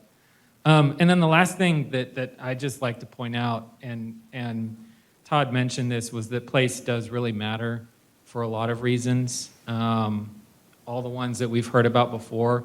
But I honestly can't think, except for maybe the Domain, where else in Austin has a lot of, well, Domain and maybe UT. What other place in Austin at 9 p.m., 10 p.m., 11 p.m., you see activity? There's lots of lights, there's lots of activity, and we all know that activity tends to increase safety. Crimes often happen in the dark when no one's around. And so I'm very concerned because the PDC is probably an amazing building and much needed for our permitting, development, activities, getting all the staffers together. I mean, it's probably great for that, but I just don't know from a public engagement perspective if that is truly the best place to try to do this. So just want to point that out. Commissioner Cox, if you could hand it back to Commissioner Acosta, please. He was on the other side. Thank you. Cesar Acosta, I'm the District 4 representative for the Zoning and Plating Commission. When ZAB had a resolution on this matter, I said that I supported our commission staying at City Hall. I still do, but I did want to offer some suggestions or just queries as to things that could make it an easier transference for whoever is going to be set up at PDC. Is it possible for your office to work with Cap Metro for a Cap Metro access bus to be waiting outside at the end of a meeting? Absolutely. We certainly will work with Capital Metro to increase access. And then I vote at the PDC building. It's a great facility, but it is a little difficult to find your way around. Is there any wayfinding or signs set up for where board meetings will take place? Because the south side of the building, there's an entranceway, but it's kind of labyrinth-like. The south side or the north side of the building, even harder to find your way into the place. We welcome working directly with any of you at the building and the facility to take a walking tour with us and to point out those areas where you think the signage and wayfinding could be improved. We're eyes wide open to any of those types of improvements. We don't want folks to, when they're there, not to be able to find the right location. But if you've got some specific examples of intersections or improved signing that could be made, we certainly welcome that feedback. And then just to echo a point that a commissioner made earlier in the day is that I feel our boards typically do have some of the higher degrees of public participation. And are there records or do y'all keep any indication of who attends each of the 70 boards, how many people are coming or frequenting them? Andrew's nodding his head yes, that those records are kept. Yeah, so maybe it'd be worthwhile to, when considering which boards are going to end up here or elsewhere, look at where the highest level participation is and to make sure that stays in place, keep those boards where they are. Because if you feel that it'll generate more participation to be at PDC, then the boards that are getting less participation might benefit from that more than the ones that are already receiving the highest degree of participation at their current locations. Thank you.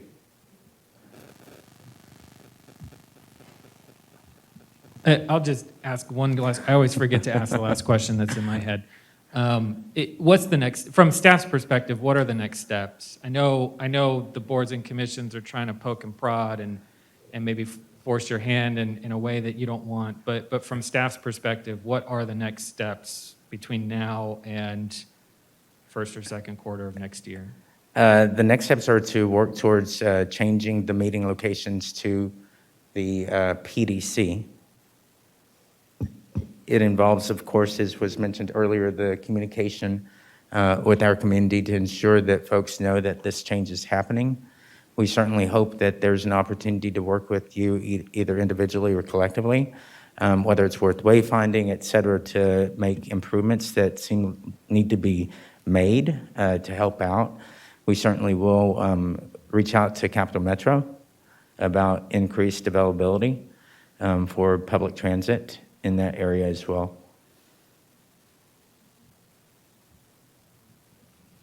All right, thank you for being here this evening. I don't need this one. Don't need both. Makes it twice as loud. Okay, you don't need that. First of all, real quick, public engagement in the past and in the future. What can you kind of go through that? Because I really think it's been absent. Maybe I'm wrong, but could you go through that? Sure. The building itself, when it was devised and conceived, et cetera, really was a communication between council and staff in public meetings, et cetera. There were maybe one, if not two meetings with council where we clearly delineated that the meeting room that was being created was intended to bring the land use commissions over. And so that was stated broadly. In between there, of course, the building was completed June of 2020. Unfortunately, during the pandemic, we were all working remotely. Most recently, of course, we've begun reintegrating now that the building has been occupied and we've gotten everything in the building that's needed, save, of course, the technology to do the meetings, which is coming in February or March. We wanted to reach out to the various commissions to state the intent to move the meetings in February of next year. Thank you.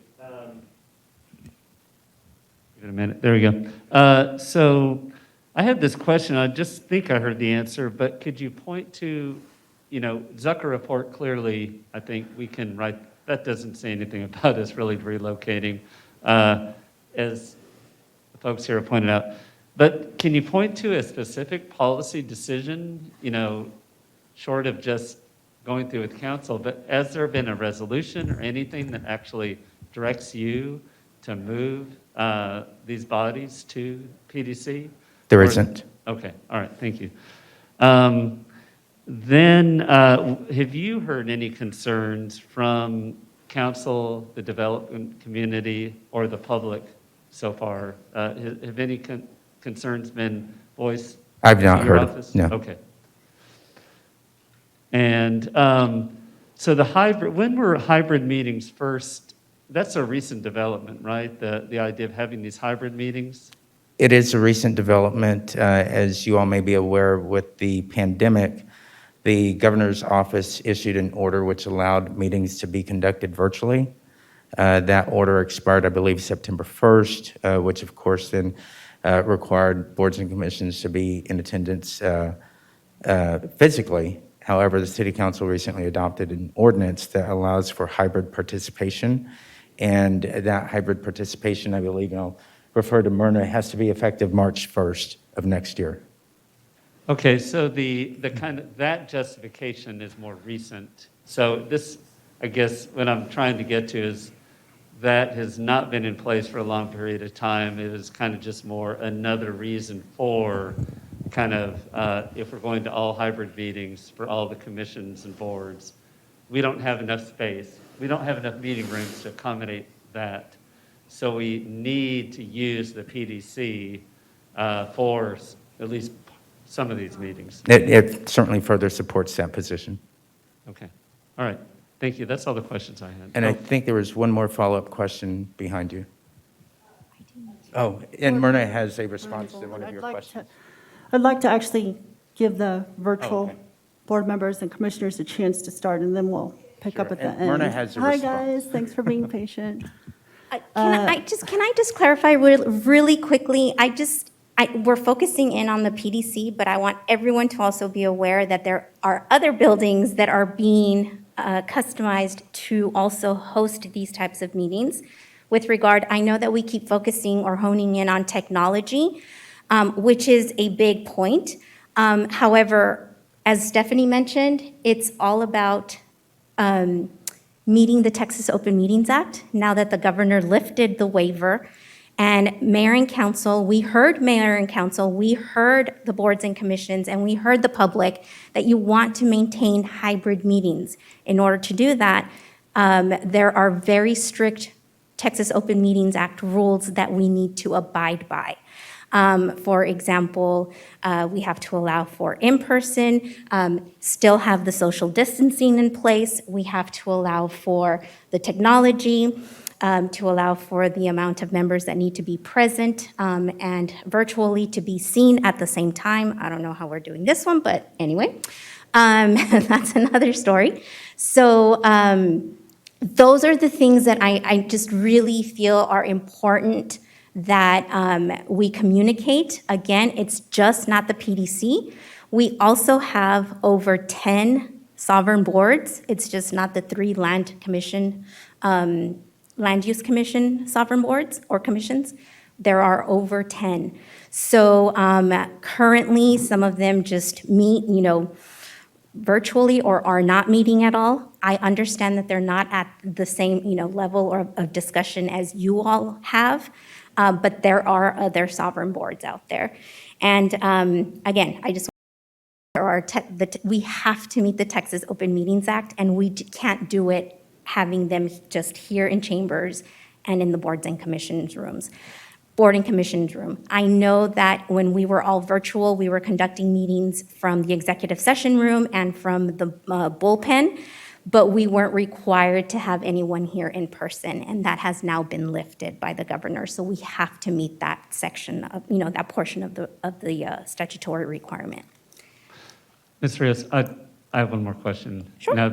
So are we at risk if council decides to keep us here? Mm-hmm.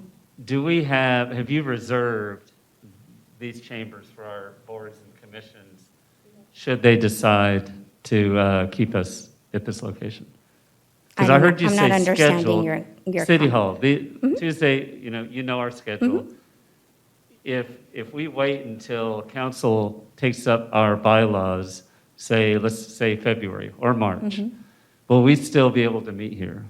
Or are there other meetings that will be scheduled in our place? I can't answer that question. I'm here because we have, like I mentioned, over 70 boards and commission meetings that we need to find locations so that they can begin meeting. And the majority of them have, like your boards and commissions, have submitted your calendar for the following year. They have been accepted. None have been denied. I'm not sure why we got there, but denial was, we specified the location specific. That- So because you can honor us being here, we treated that as a denial.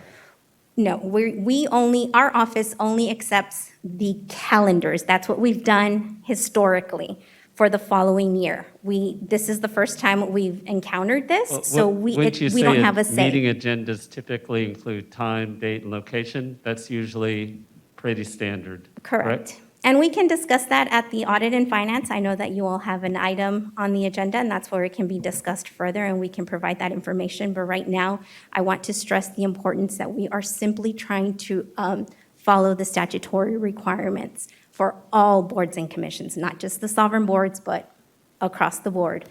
And we need more space so that we can allow for social distancing, and that also we have the correct technology so that everyone who cannot attend in person, does not want to be in traffic, does not have a vehicle, can continue to call in and participate virtually. Thank you. So virtual board members and commissioners, raise your hand. I'm going to make a list real quick. So just everybody. Okay, I'm going to go from what I see on our screen from top left and then just follow through. So let's start with Vice Chair Hawthorne. Good evening, and I want to thank everybody for pulling this meeting together. So I would like to point out that the Board of Adjustment actually starts at 5:30 p.m. So when you talk about the commute starts a little bit earlier for Board of Adjustment. I think I must have missed something, and I really appreciate ACM Gonzalez for you being here in person and participating, and I'm sorry I'm not there to see your face, but I missed the reach out part. I feel like that this is in response to a very indirect way that we all found out about the move that apparently is being required, which seems a little odd, just as a statement, perhaps with a little concern. So And it also is really interesting how little of the Zucker report actually was implemented, and this is the one we're going to pick out of the Zucker report. I echo a lot of sentiment that has been articulated probably a lot better than I can do, and I really find it quite interesting that I have been. I think I must be getting old because I remember like back in the old days when they actually used to be nice to board and commission members. And hey, you remember you guys? They used to like actually have an appreciation night every few years, make you a little certificate, have a little mixer, maybe give you a little lapel pin and say thank you, or, you know, thank you for your service. And at this point, you know, I get that, but I usually get a call every year just going, please don't quit, you know, and it's not usually from the city. It's usually from people along the way, not case specific because I'm not on a lobbyable board, but just going, please continue your service. And I have been on some kind of city board since 1992. I have been appointed by several mayors, several council people along the way. I'm a bit of a moderate, maybe a little bit to the left, but I'm a moderate and I'm a pretty fair person. We all are here because we're appointed by our council member and we all make sovereign decisions, and the Board of Adjustment is actually not appealable to another land use commission, nor to council. It's appealable to district court. And our availability to legal staff is probably the most important thing that there is, and our legal staff is at City Hall. I think that the communication about the move, if I could say it gently, would be, I think it could have been handled a little better and a little more public disclosure. But I do appreciate your being here. Yes, the building is lovely. No, I don't think I'll be participating on the commission, on the board, if it's required that I go there. I don't have another 2 hours in my day. I just don't. And I mean, our board starts at 5:30. It's just, you know, I have served and I'm glad to continue service, but I don't feel like that is something that I have to do. And I also would say that I'm on the Board of Adjustment with Board Member Von Olin, and we have a pact. If he leaves, I leave. So, and I think it's vice versa. So we've been on there the longest. Good luck with that one. Okay, thank you. Thank you, Vice Chair. Appreciate that. Commissioner Yanis Polito. Good evening, y'all. Thank you, everyone, for your time and for your comments, and to Assistant City Manager Gonzalez and all of the city staff. I know we're grilling y'all tonight, but you are the ones in the hot seat right now, and we have a lot of unanswered questions. And I just, you know, I respect and love you all personally, but I'm really not hearing very legitimate justification here. I also really I want to say I haven't served as long as Vice Chair Hawthorne, but in 2013, I began my commissioner journey on the Independent Citizens Redistricting Commission, the inaugural commission, the first of its kind. We met in the city chambers in the beginning, and then we went all over town, and somehow the city staff miraculously figured out how to do audio, video, and comply with TOMA the entire way through. I know y'all have 70 commissions. I know it's tough. I also served on the Latino Quality of Life Commission.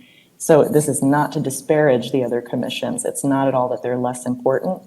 But what I'm hearing from you all seem to be some contradictory answers. So my question really comes from the fact that I'm hearing two different things. One is that we need space for boards and commissions, and we need space with audio, video, with AV capabilities, the tech capabilities for hybrid. Totally makes sense. You've equipped a new facility. You will have equipped it by March for those audio, video capabilities.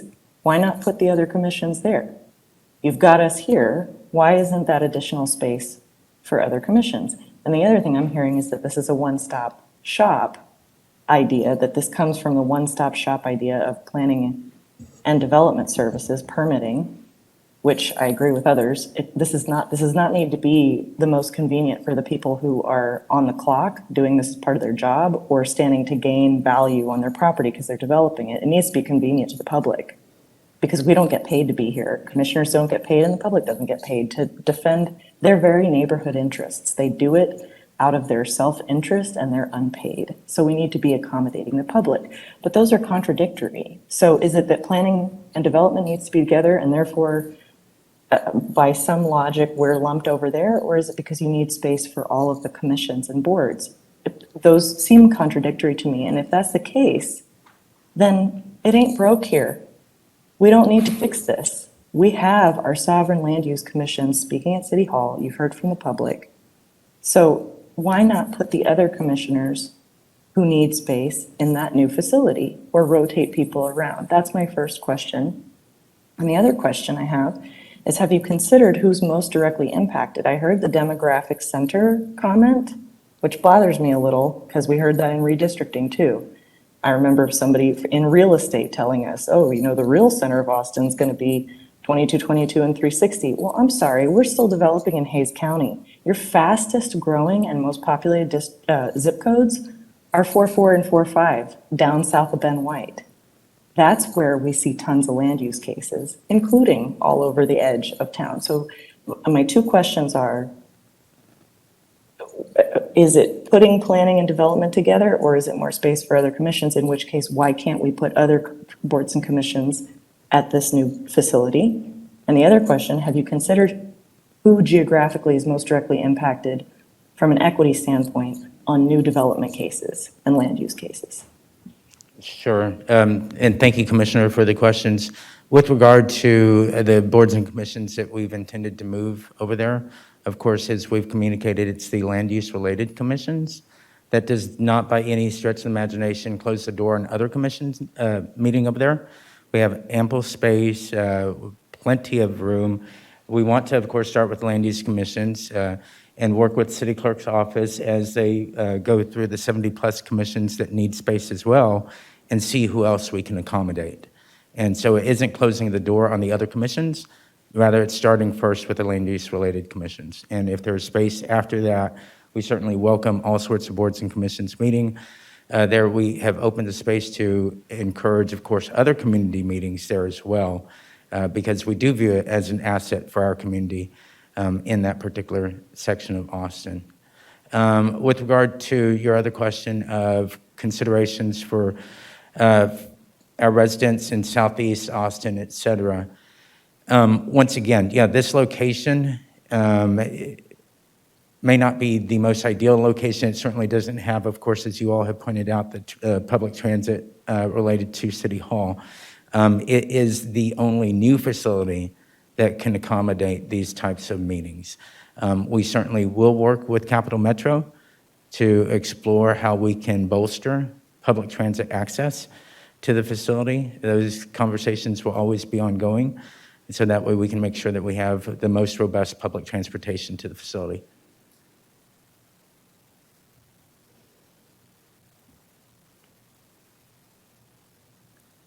That's all I had, and I just wanted to add really quickly, I'm one of several people who's commented who's like 5 minutes from the proposed new location.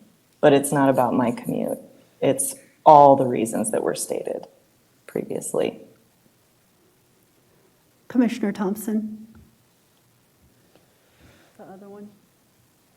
Thank you, and I'd like to just add my support for those comments and say, a couple of things really strike me about this, and I, like my counterpart on the Planning Commission, I came in sort of neutral on this, although supportive of the idea of staying at City Hall, but my real issues are about the perception and the neutrality of having these meetings in a building that's labeled for development. It's not planning and careful consideration or planning and conservation. It's the development center, and it's a one-stop shop for developers. And I think that really sends a message that I don't think reassures the people in the community that felt alienated by Code Next and the planning that's been going on. And I think thinking about a land development code that's actually invalidated because of the lack of community engagement, I'm kind of disappointed that something like this would again roll out without any community engagement. I think we have an opportunity to do better and learn from mistakes and engage the people in these kinds of decisions and not further alienate them from a process that's so hard to grasp and so difficult to engage with. So I just feel like we've heard a lot of concerns. They're all, I haven't heard a single concern that in my mind is not legitimate. I'm wondering, what is the process for reconsidering this decision? Is there a way forward where this could be reevaluated? Once again, I will talk about the administrative decision made to do this with the intent of implementing it by March 1st of next year. We're here to listen to the feedback and to the concerns and to work with you to address those in earnest. And so that's our process, is to work with you, work with our community for the concerns that you've noted. But to move forward with as planned. So I teach public engagement, and I can tell you that is not it. That there's a spectrum of engagement, and you're stopping at the first stop, which is to tell us what's happening. That's not engagement. This actually does not meet the definition. And so I appreciate you being here and like the previous speaker said, kind of putting up with a difficult meeting. I really do appreciate it, but it's not a sincere offer if, the only path forward is the predetermined path. I'm not sure why we're even having this meeting. I appreciate extra signage would be great. Extra, commute support would be great. Those are all great ads. The building's beautiful. I voted there this last election. It's not about that. There was not proper engagement. The process was the problem here. And we're not hearing anyone support this concept. I have not heard anyone support the concept. So I'm just confused about the process, and I would ask that you consider how it could be reapproached.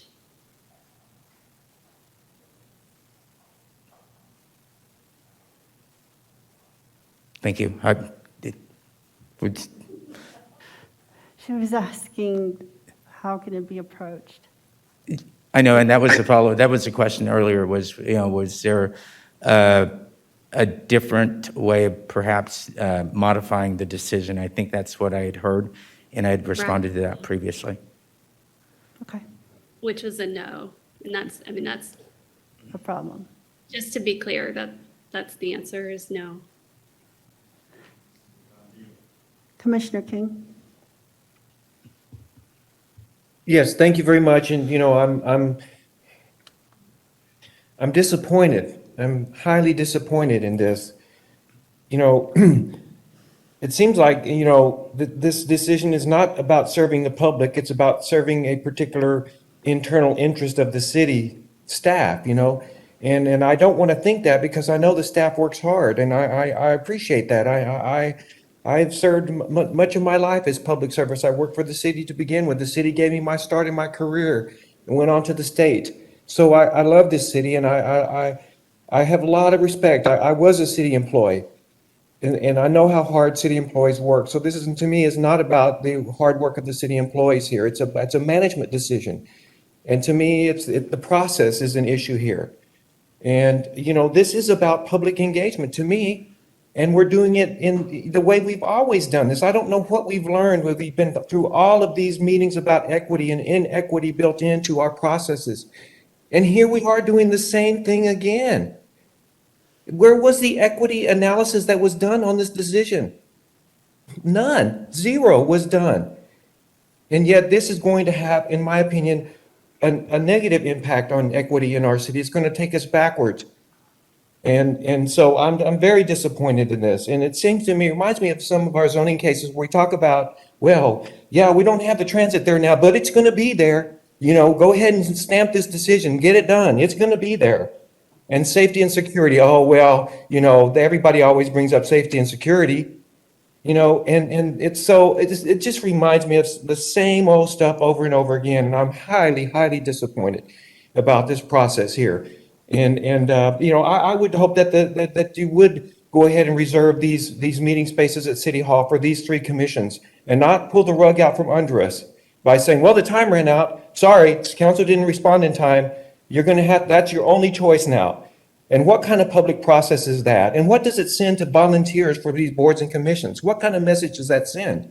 I don't think it's a good message here.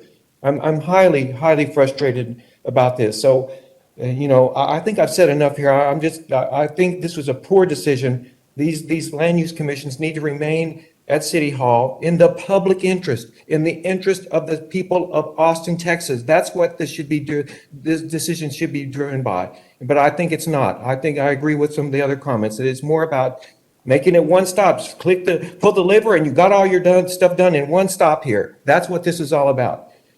And you're streamlining the process so much that we don't have any true equity or public process anymore.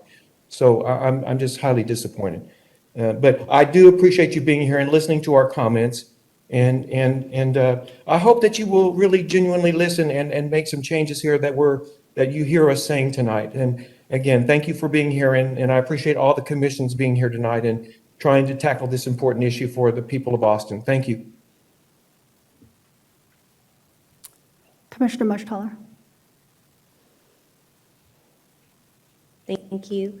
I'm Jennifer Mushtaller, and I'm serving on the Planning Commission for District 6, or the current District 6. I started in April, and I really enjoy my service. I enjoy my fellow commissioners and what I hope we're trying to do on behalf of our city. And I appreciate the city staff that support us in doing that, so thank you guys.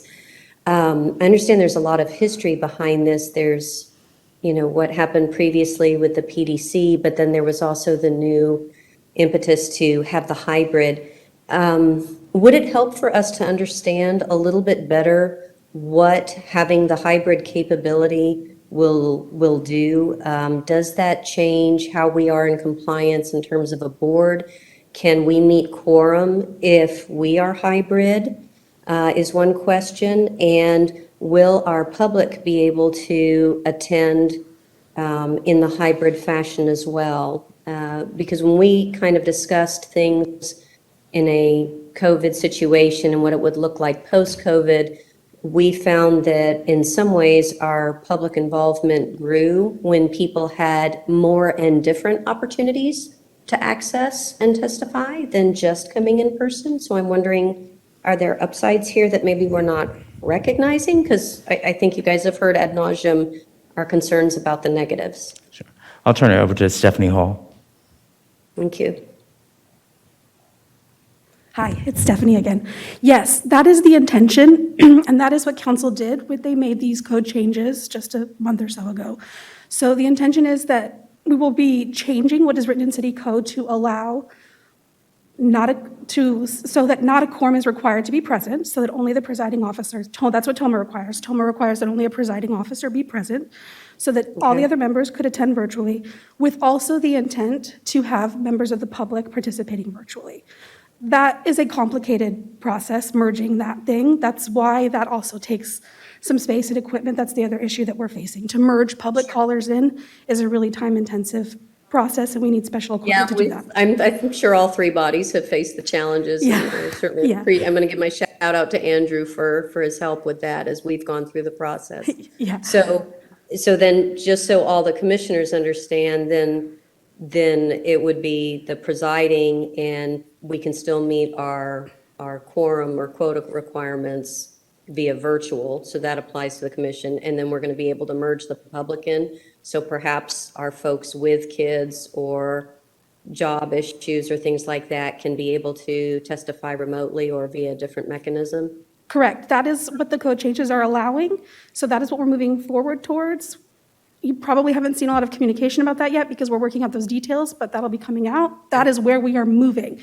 Absolutely. And then I just lost my train of thought for the rest. So if you have another question, let me know. That's all right. I'll ask another question then. Could you guys potentially give some consideration or thought as to maybe a rolling introduction of this? So instead of a hard stop in February, it might be helpful to roll it.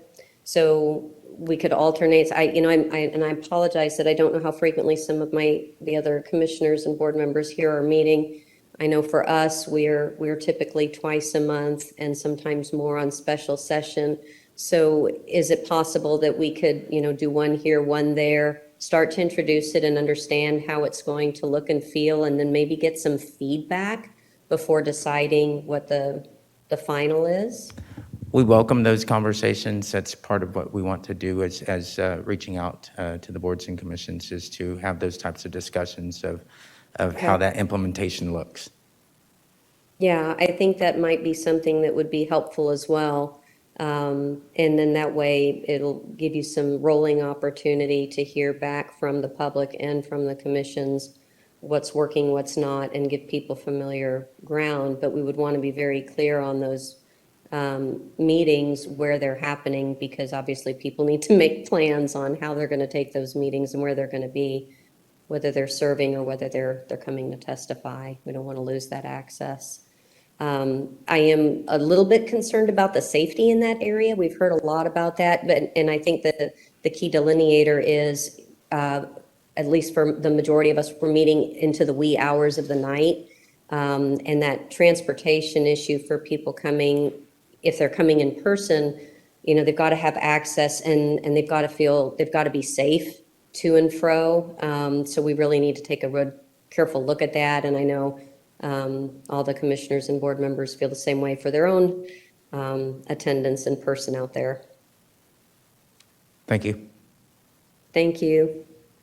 Commissioner Woody?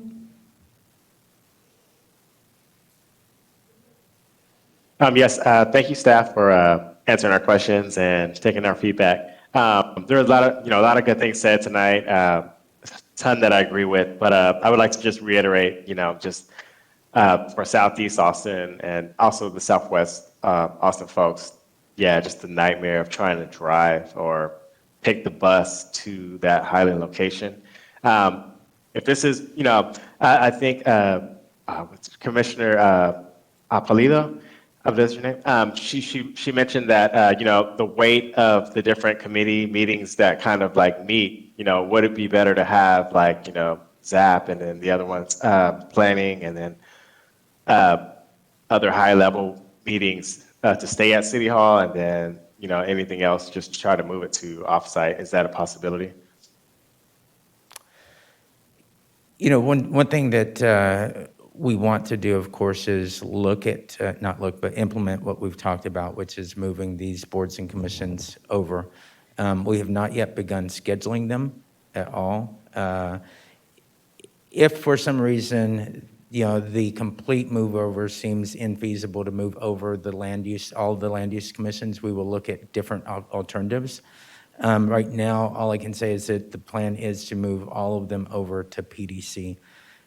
We believe it's possible, but in order to explore what you're talking about, we'd have to come into a situation where we couldn't possibly move all of them over.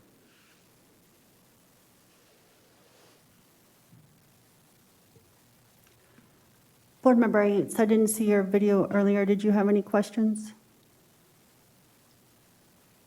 Oh, I just want to reiterate what some of the other commissioners have said, especially Polito and what she had talked about. I live also about 5 minutes away, but I certainly understand the concerns that other commissioners have shared. And I guess I was wondering, in terms of the scheduling, I guess currently considerations for the boards and commissions, it's not been in the decision matrix. Are there any plans to include the boards and commissions in future like location decisions? And this is just an open question, I guess, to whoever is responding. Sure.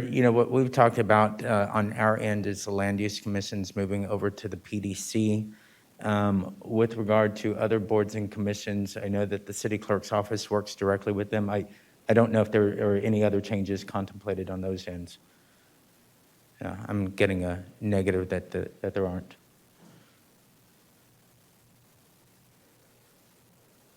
I hear you. That's all my questions. Thank you, Board Member Eads. All right, we're going to come back into the room real quick and answer a few follow-up questions. Commissioner Vino, or sorry, Board Member Vinolen. I just want to say what I'm hearing, and based on your responses, number one, sorry you got thrown under the bus. But, over the 28 years I had my business, we used to go through this on a regular basis, come every Thursday, but welcome to the fire. What I'm hearing you say, and I've heard you say it several times, that basically the decision has already been made.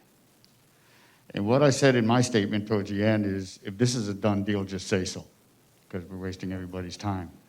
But I will also step out there far enough to say this, that you as assistant city manager and staff made this decision to make these moves. You have the ability to make the decision not to make them and to hold off on it. So it's really not a done deal. And I was a former chairman of Capital Metro. I can tell you right now how long it will take you to try to get a bus stop out there, especially without the ridership. And if the ridership is going to be intermittent only because of these meetings, you're going to be pulling hen's teeth. That's not the way Capital Metro works. And Capital Metro and the city of Austin does not have a record of having a really great relationship. I know there's interlocal agreements, but it will take forever. The security issue, you don't have security out there. You did say that. I heard you say that. You don't have the metal detectors. You don't have the transportation. You don't have the security, okay? After September 1st, and I've got a concealed carry permit, I can pack outside and I'm going to go walking into my meeting. Is that where we're going to be? That's ridiculous. Shouldn't be that way. And I know now that I've said that, you post a letter out there saying no concealed carry, and that's fine. I recognize that. But being former military, I look at these places and I look at where the vulnerabilities are laid. And I personally do feel right now that what has happened here is you guys have put the cart before the horse. You say you're going to do this on security. You say you're going to put in, and even being a former contractor contracting with the city, and Todd will tell you this being a former project manager with the city, we know how long it's going to take for you to get metal detectors in. You're going to have to go out for bid.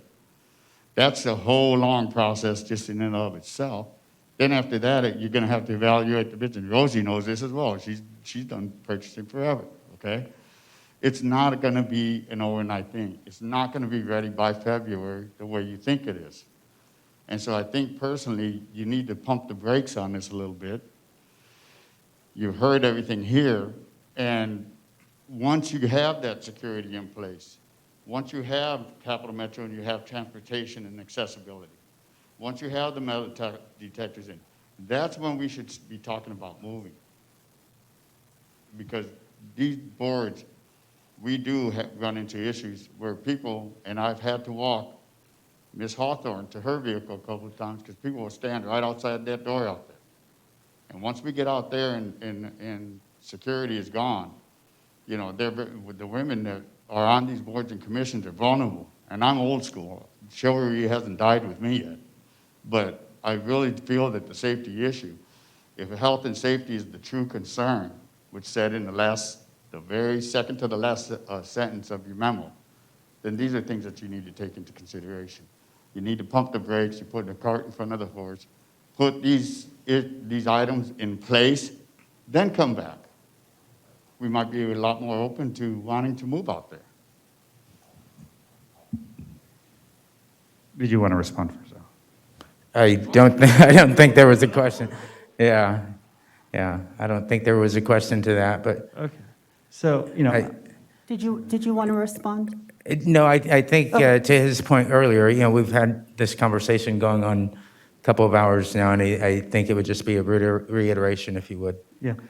So I would make the point with the Capital Metro thing that like you can work with Capital Metro, but that's meaningless. I mean, you might get, having one bus come out there for a meeting is not the equivalent of what we have downtown. It's just organically, this is the center of the spider web of Capital Metro. We have dozens of bus lines that go all over town. You can get almost any part of town that has bus service gets downtown within one bus line. So it's going to be a transfer for most people up there, and you just can't.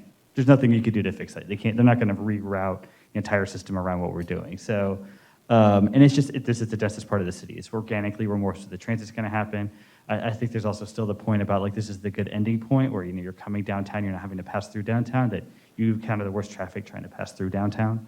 I guess I was a little bit like curious about your, answer to, I think it was Commissioner Thompson, I apologize if I got that wrong. It was asking about like, if you have to change things up, that maybe it's like, well, maybe we won't move all the commissions. So that makes it sound to me like it's not a final decision. Also, you haven't, just, when I was asking questions earlier about which commissioners would be taking over, you didn't know. So it seems like you haven't really decided, other than you'd like to move us up there, which commissions are going to meet in which room, which doesn't seem like a final thing to me, other than, we've said that we want to move the commissions up there, but you haven't set the schedule. You haven't taken our space yet. So it seems like the space is still there. Now I know you have some like domino effects where you have some other commissions or maybe meeting places where they can't do with, it sounds like your equipment issues, that maybe they're meeting in other places where they don't qualify, that they need to be moved somewhere else. And that's why you're wanting to move us. But why, but then it gets to which commission should be where. And it's like, okay, well, it's the planning area. That's where the planning department should be. It seems to be the logic that we're the first ones that should move up there. But for all the reasons everyone's talked about, that doesn't make sense. Like, we have more participation. Now, I know you also don't want to deal with an angry room full of commissioners from other commissions that are going to have the same concerns about moving their commission up there. And I know, I have a friend on the Animal Advisory Commission that certainly thinks that they'll need security for that commission.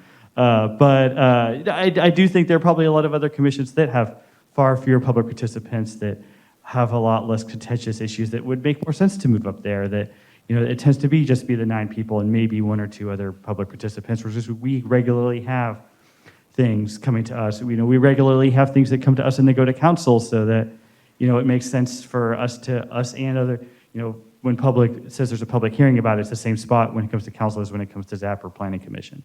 That maybe that dynamic doesn't exist for other commissions. So I really think there needs to be more evaluation. What doesn't sound to me like it's a done deal yet, other than you've said you want to do it, you haven't scheduled other people in the room. And so I think it would, for me personally, to be okay with this, it would have to be like, you'd have to show me why what other what's taking our space that needs it more than we do. And I don't want to pit commissions against each other, but I do think there's legitimate questions about which ones have the most public participation, which ones need the security the most. And I would like, can you tell me like where you are in the scheduling process that means that this is a done deal? Sure. I can speak to our scheduling process at PDC. Of course, our next step is to work with City Clerk's office to look at the various meeting schedules, et cetera, for the various land use commissions that we're talking about, and then begin scheduling them at the PDC. Separate from that, we can't speak to the other boards and commissions scheduling process, but we can tell you, of course, how we intend to work with City Clerk's office for scheduling the land use related commission meetings at PDC. Why could you not schedule other commissions at PDC and keep us here? So as I mentioned, it doesn't close the door for that conversation. We've started with the land use related commissions. But that doesn't sound like a final decision to me. That means you're just kind of starting that, it makes sense for you to move there, but you haven't finalized anything. So why are you saying it's final when it seems like your starting point, but you haven't finalized where is what yet? So it still seems to me that if your hand was forced, that you would be able to move other people up here and keep us here. Like I'm not hearing anything that convinces me that this is a final decision. Like other than that you've used our space and can't have us here. Okay. I can reiterate what we put in the memo, which is that we have targeted the land use related commissions to move to PDC effective March 1st. And so I say started with because those are the commissions that we have put in place to move to the PDC. Obviously, it's a big building. If there's room to accommodate more and the city clerk's office says, hey, we need some more space, we certainly will look to exploring that as well. And so when I say we haven't closed the door to other commissions, But that's not really answering my question. You're saying targeted. That's a pretty vague word. That's not I don't see any legal requirement that you have to move up there just because you've said you want to do that. That's all I'm hearing. And I haven't heard any reasons why, they need more space, they need to move some commissions into here. This seems to be the reason for this, which I think, that makes sense to me. But why could those commissions not move up to the PDC? Why is our commission being moved up other than you just say you're targeted? That's not clear to me at all yet. Okay. Can you try to make that clear? Our piece is when we say land use related, that they're related to the uses in that building. And so that's why we've looked at those specific commissions. So then it gets to what prevents other commissions from meeting there? It's not just because it's the PDC is called planning doesn't mean that the planning commissions need to be Sure, other than the name. I'll reiterate my statement. It doesn't close the door for other commissions meeting there as well. So it doesn't close the door means that the commissions that you would be meeting here instead of us could meet there. And we could still meet here. I'm not seeing why that's not a possibility. Can you explain to me why that's not a possibility?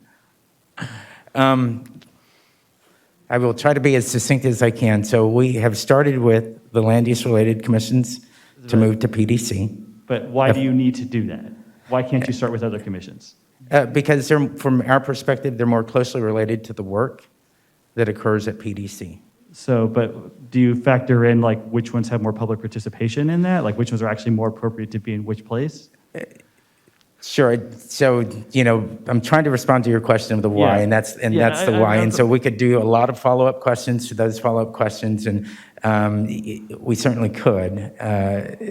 Broadly, these commissions more closely relate to the work that's done at PDC. I hear that, but that doesn't, that seems to me not something that has to happen and not a good reason, given all the other concerns about public participation and how ours are, that just because we're called planning doesn't mean that that's the best move. It's just, you're not making a case for why that's true. To me, why that's the most important factor that we're planning and they're planning. That's not overriding all the other reasons that have been presented tonight. And I think you need to I don't think this is final. I haven't heard anything that convinces me that you can't accommodate, that you've made anything that's other than you want to say it's final. Anyway, I'm sorry, we'll give other people a turn, but. Thank you, Kelly Bloom, Board of Adjustment. Thank you for being here. I like data, so I would like to suggest that you do pause the relocation effort to actually, go out and collect some data. Maybe you already have it, maybe you can share it, but following on the previous commissioner's comments about attendance, have you been able to look at meeting attendance over the last 2, 3, 4, 5 years and to see which boards and commissions have the most public attendance? Can you use that as one of your factors in your decision making? And speaking specifically for my board, we always know the geographic location of what our decision making is impacting. So we could technically go back through our historical cases and estimate the impact on specific numbers of people within the city. And we could calculate, for example, a number of people impacted by distance they would travel to a given location for their meeting. So we could come up with a metric like that and then use that to perhaps inform the decision-making about this question of accessibility. And that would give you some hard numbers you can look at so that even if the collective experience of the board members here isn't compelling enough, then you at least would have objective data that you could then look at and use that to support your decisions. I don't know if that's something that resonates or not, but I wanted to suggest data. Well, we welcome that, receiving that information to the degree that you want to work with your liaison to put that information together. You can certainly send it to us. Okay, thank you.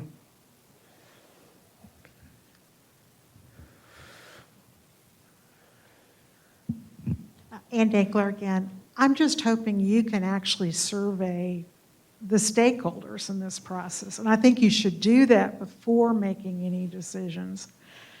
I'm not hearing what the citizens think about this. I'm not hearing what I've heard from staff that doesn't want to have meetings up there. I haven't heard what the developers have to say about this. If you're coming to a land use commission at a meeting, if you're actually coming down to a meeting, you're not coming because you're trying to figure out how to draw a permit. You're coming to provide public testimony about a rezoning case or a variance or a legal interpretation if you're with the Board of Adjustment. This is taking input from the public. And I am not hearing anything in your comments that say you've made the decisions based on what the stakeholders want. I've given suggestions, but I do want to leave you with the impression, I don't think you've got a solid basis for relocating. And I hope that y'all will take the time, not have the boards and liaisons gather this, but come to find a way to actually survey the public about what they think about the moves for the land use commissions, because I do think they get more participation. I do think they are more, there's more involvement with the public. I think our meetings tend to run longer. Well, not always that. But I think you're missing a very vital part of your decision-making, and I really would urge you to get some actual stakeholder input. And that does not have to be a hearing. It can be a survey. The city is brilliant at that. But I think that needs to be asked. And council might have some weigh in on this too. Hi, Richard Smith again. I want to thank you too for being here. I just have a question. If City Council hears from the public and sees these presentations, these excellent presentations, am I correct that they can put a stop to this? Stop to the move over to the PDC?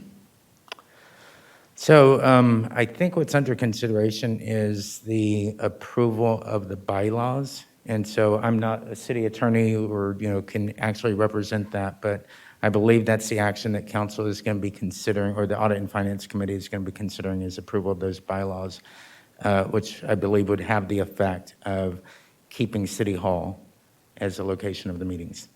Okay, so ultimately is the City Council's decision whether to move forward with this, right? It's my understanding that, yes, by virtue of considering those bylaws, that it could be permanent to have the meetings here. Is that correct, Andy? Yep. Okay, thank you. If y'all don't mind, I'd like to ask a few questions myself. First of all, thank you. Thank all of y'all for showing up to talk to us. I know how hard city staff works. I watch our liaison and the Planning Commission and ZAP liaison, Mr. Rivera, Mr. Ramirez, they just put so much time and they work so hard and they make it so easy for us to be able to do this, because I couldn't without the guidance from these folks, so I get it. But I had a couple of what may seem personal questions for you, and I wonder, how long have you worked for the city? So it's interesting to see where this line of questioning will go. I'm a public servant of 25 years, a proud public servant. Plan on continuing? For the city of Austin will be 16 years in June of next year. Yeah. Yes, and 7 years at the city of San Marcos and 3 years at the city of Luling. And seriously, thank you, because I don't know that I'd have the patience to do it for that long, so props. But how much longer do you think you might be planning to stick around with the city? Okay, I think the questioning is getting a little bit too personal. Okay, that's Yeah, all right. Well, yeah. I'm I trying would just like to establish stick that with I the. think you have a vested interest in the PDC, and this is not an attack. If it was my baby, I would want to see it through to its fruition, and I can understand how vigorously you're defending it. Okay, I really do. I get it. I feel that perhaps you think that maybe this is a bunch of, stodgy old folks who just have a problem with change. And it's really not. This is really about equity. This is about accessibility. This is about transparency, and you're hearing it over and over, and you're giving us the same answers back, and I don't know if you're hearing us. When I had my tiny little bully pulpit in 2018, one of the first things I said was that I had a problem with city staff being the tail that wagged the dog. And that's kind of what this feels like to me. I'm really trying to put this in a nice way without being offensive. I'm hearing reasons, just like everyone else are saying, that don't make a lot of sense to me, especially the hybrid meeting reason. WebEx is Cisco. I worked for Cisco for 3 years. I worked in telepresence, which is WebEx. You can do this from a laptop in Zilker Park. Yeah, it's a little challenging when you have a lot of callers, but that's just, the new normal, I guess. Worst words ever. Using these excuses over and over again, and to me, they feel like excuses. It implies an indifference to what we're trying to tell you. My councilman, every time he's run for office, has told his story about the Board of Adjustment and how much he hated it and how it wasn't accessible. And when he decided to appoint me, I said, all right, the one thing I'm going to do is try to make the Board of Adjustment more accessible to the folks in District 3.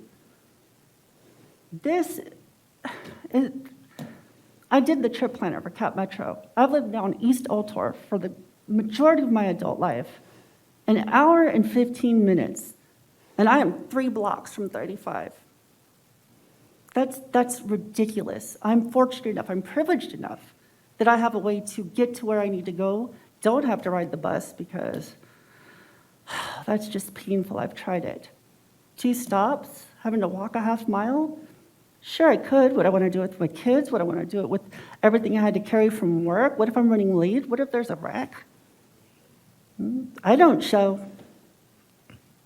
Meeting doesn't happen because vice chair is virtual.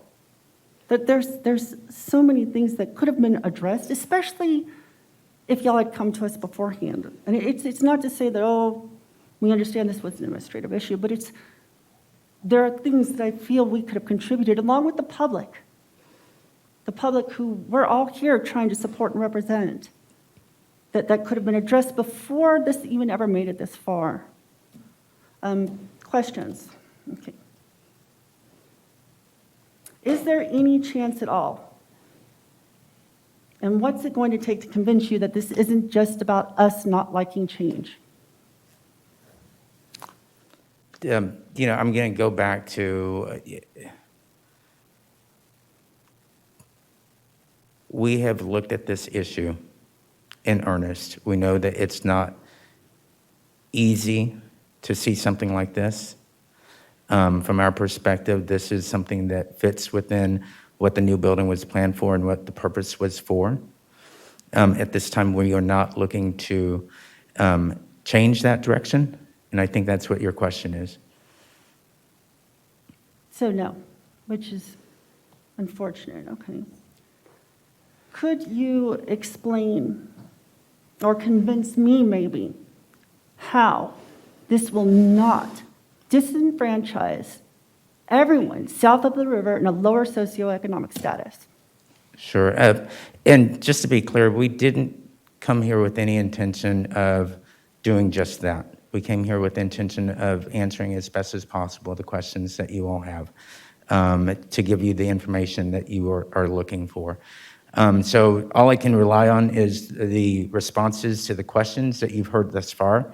It doesn't sound like it has given you sufficient information to support that decision, and I respect that completely. So I don't think that there's anything else that I can offer than other what has already been said in response to the questions. Okay, that's frustrating. But again, I really do appreciate you coming and being like the center of attention. I know that it's a very uncomfortable position to be in. I've been there myself. Do we have any other questions? Because I don't think we're going to get much further with this tonight. I'm sorry? Okay. Question for Andy. Andrew, do we have a date yet? Do you know for the audit and finance meeting? I'll defer to the city clerk just to confirm the next December 15th date.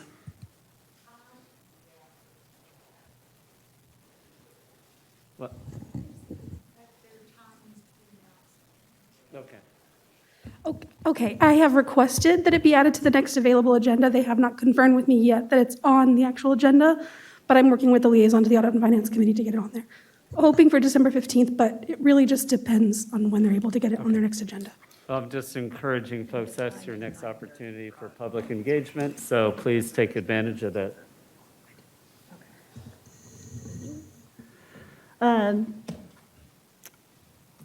Thank you, ACM Gonzalez. Thank you, Director Truelove. Thank you, Director Lucas. Thank you, Stephanie. You support us. We appreciate you. And thank you, Mr. Moore, even though we didn't get to talk to you that much. Really appreciate y'all coming out tonight. I think, Madam Chair? yes. So yes. was that audit and finance date for all three commissions or just planning commission? All three. That would be Board of Adjustment, Melissa Thorne. To be honest, I'll have to go back and check. I believe I received, in order for me to take something to Audit and Finance, I need to receive the request in the redlined bylaw, proposed bylaws. I know I've received them from Planning and ZAP. I need to double check on Board of Adjustment, but the intent is, since I know they're all three coming, is to get them all three there. I just need to verify what our correspondence has been. And the intent is hopefully we can get on December 15th. I believe they meet at 9:30 a.m. Thank you, ma'am. Super. If you could just pass that information on to our liaisons when you get it, and liaisons, if y'all could forward it on to us, I'd really appreciate it.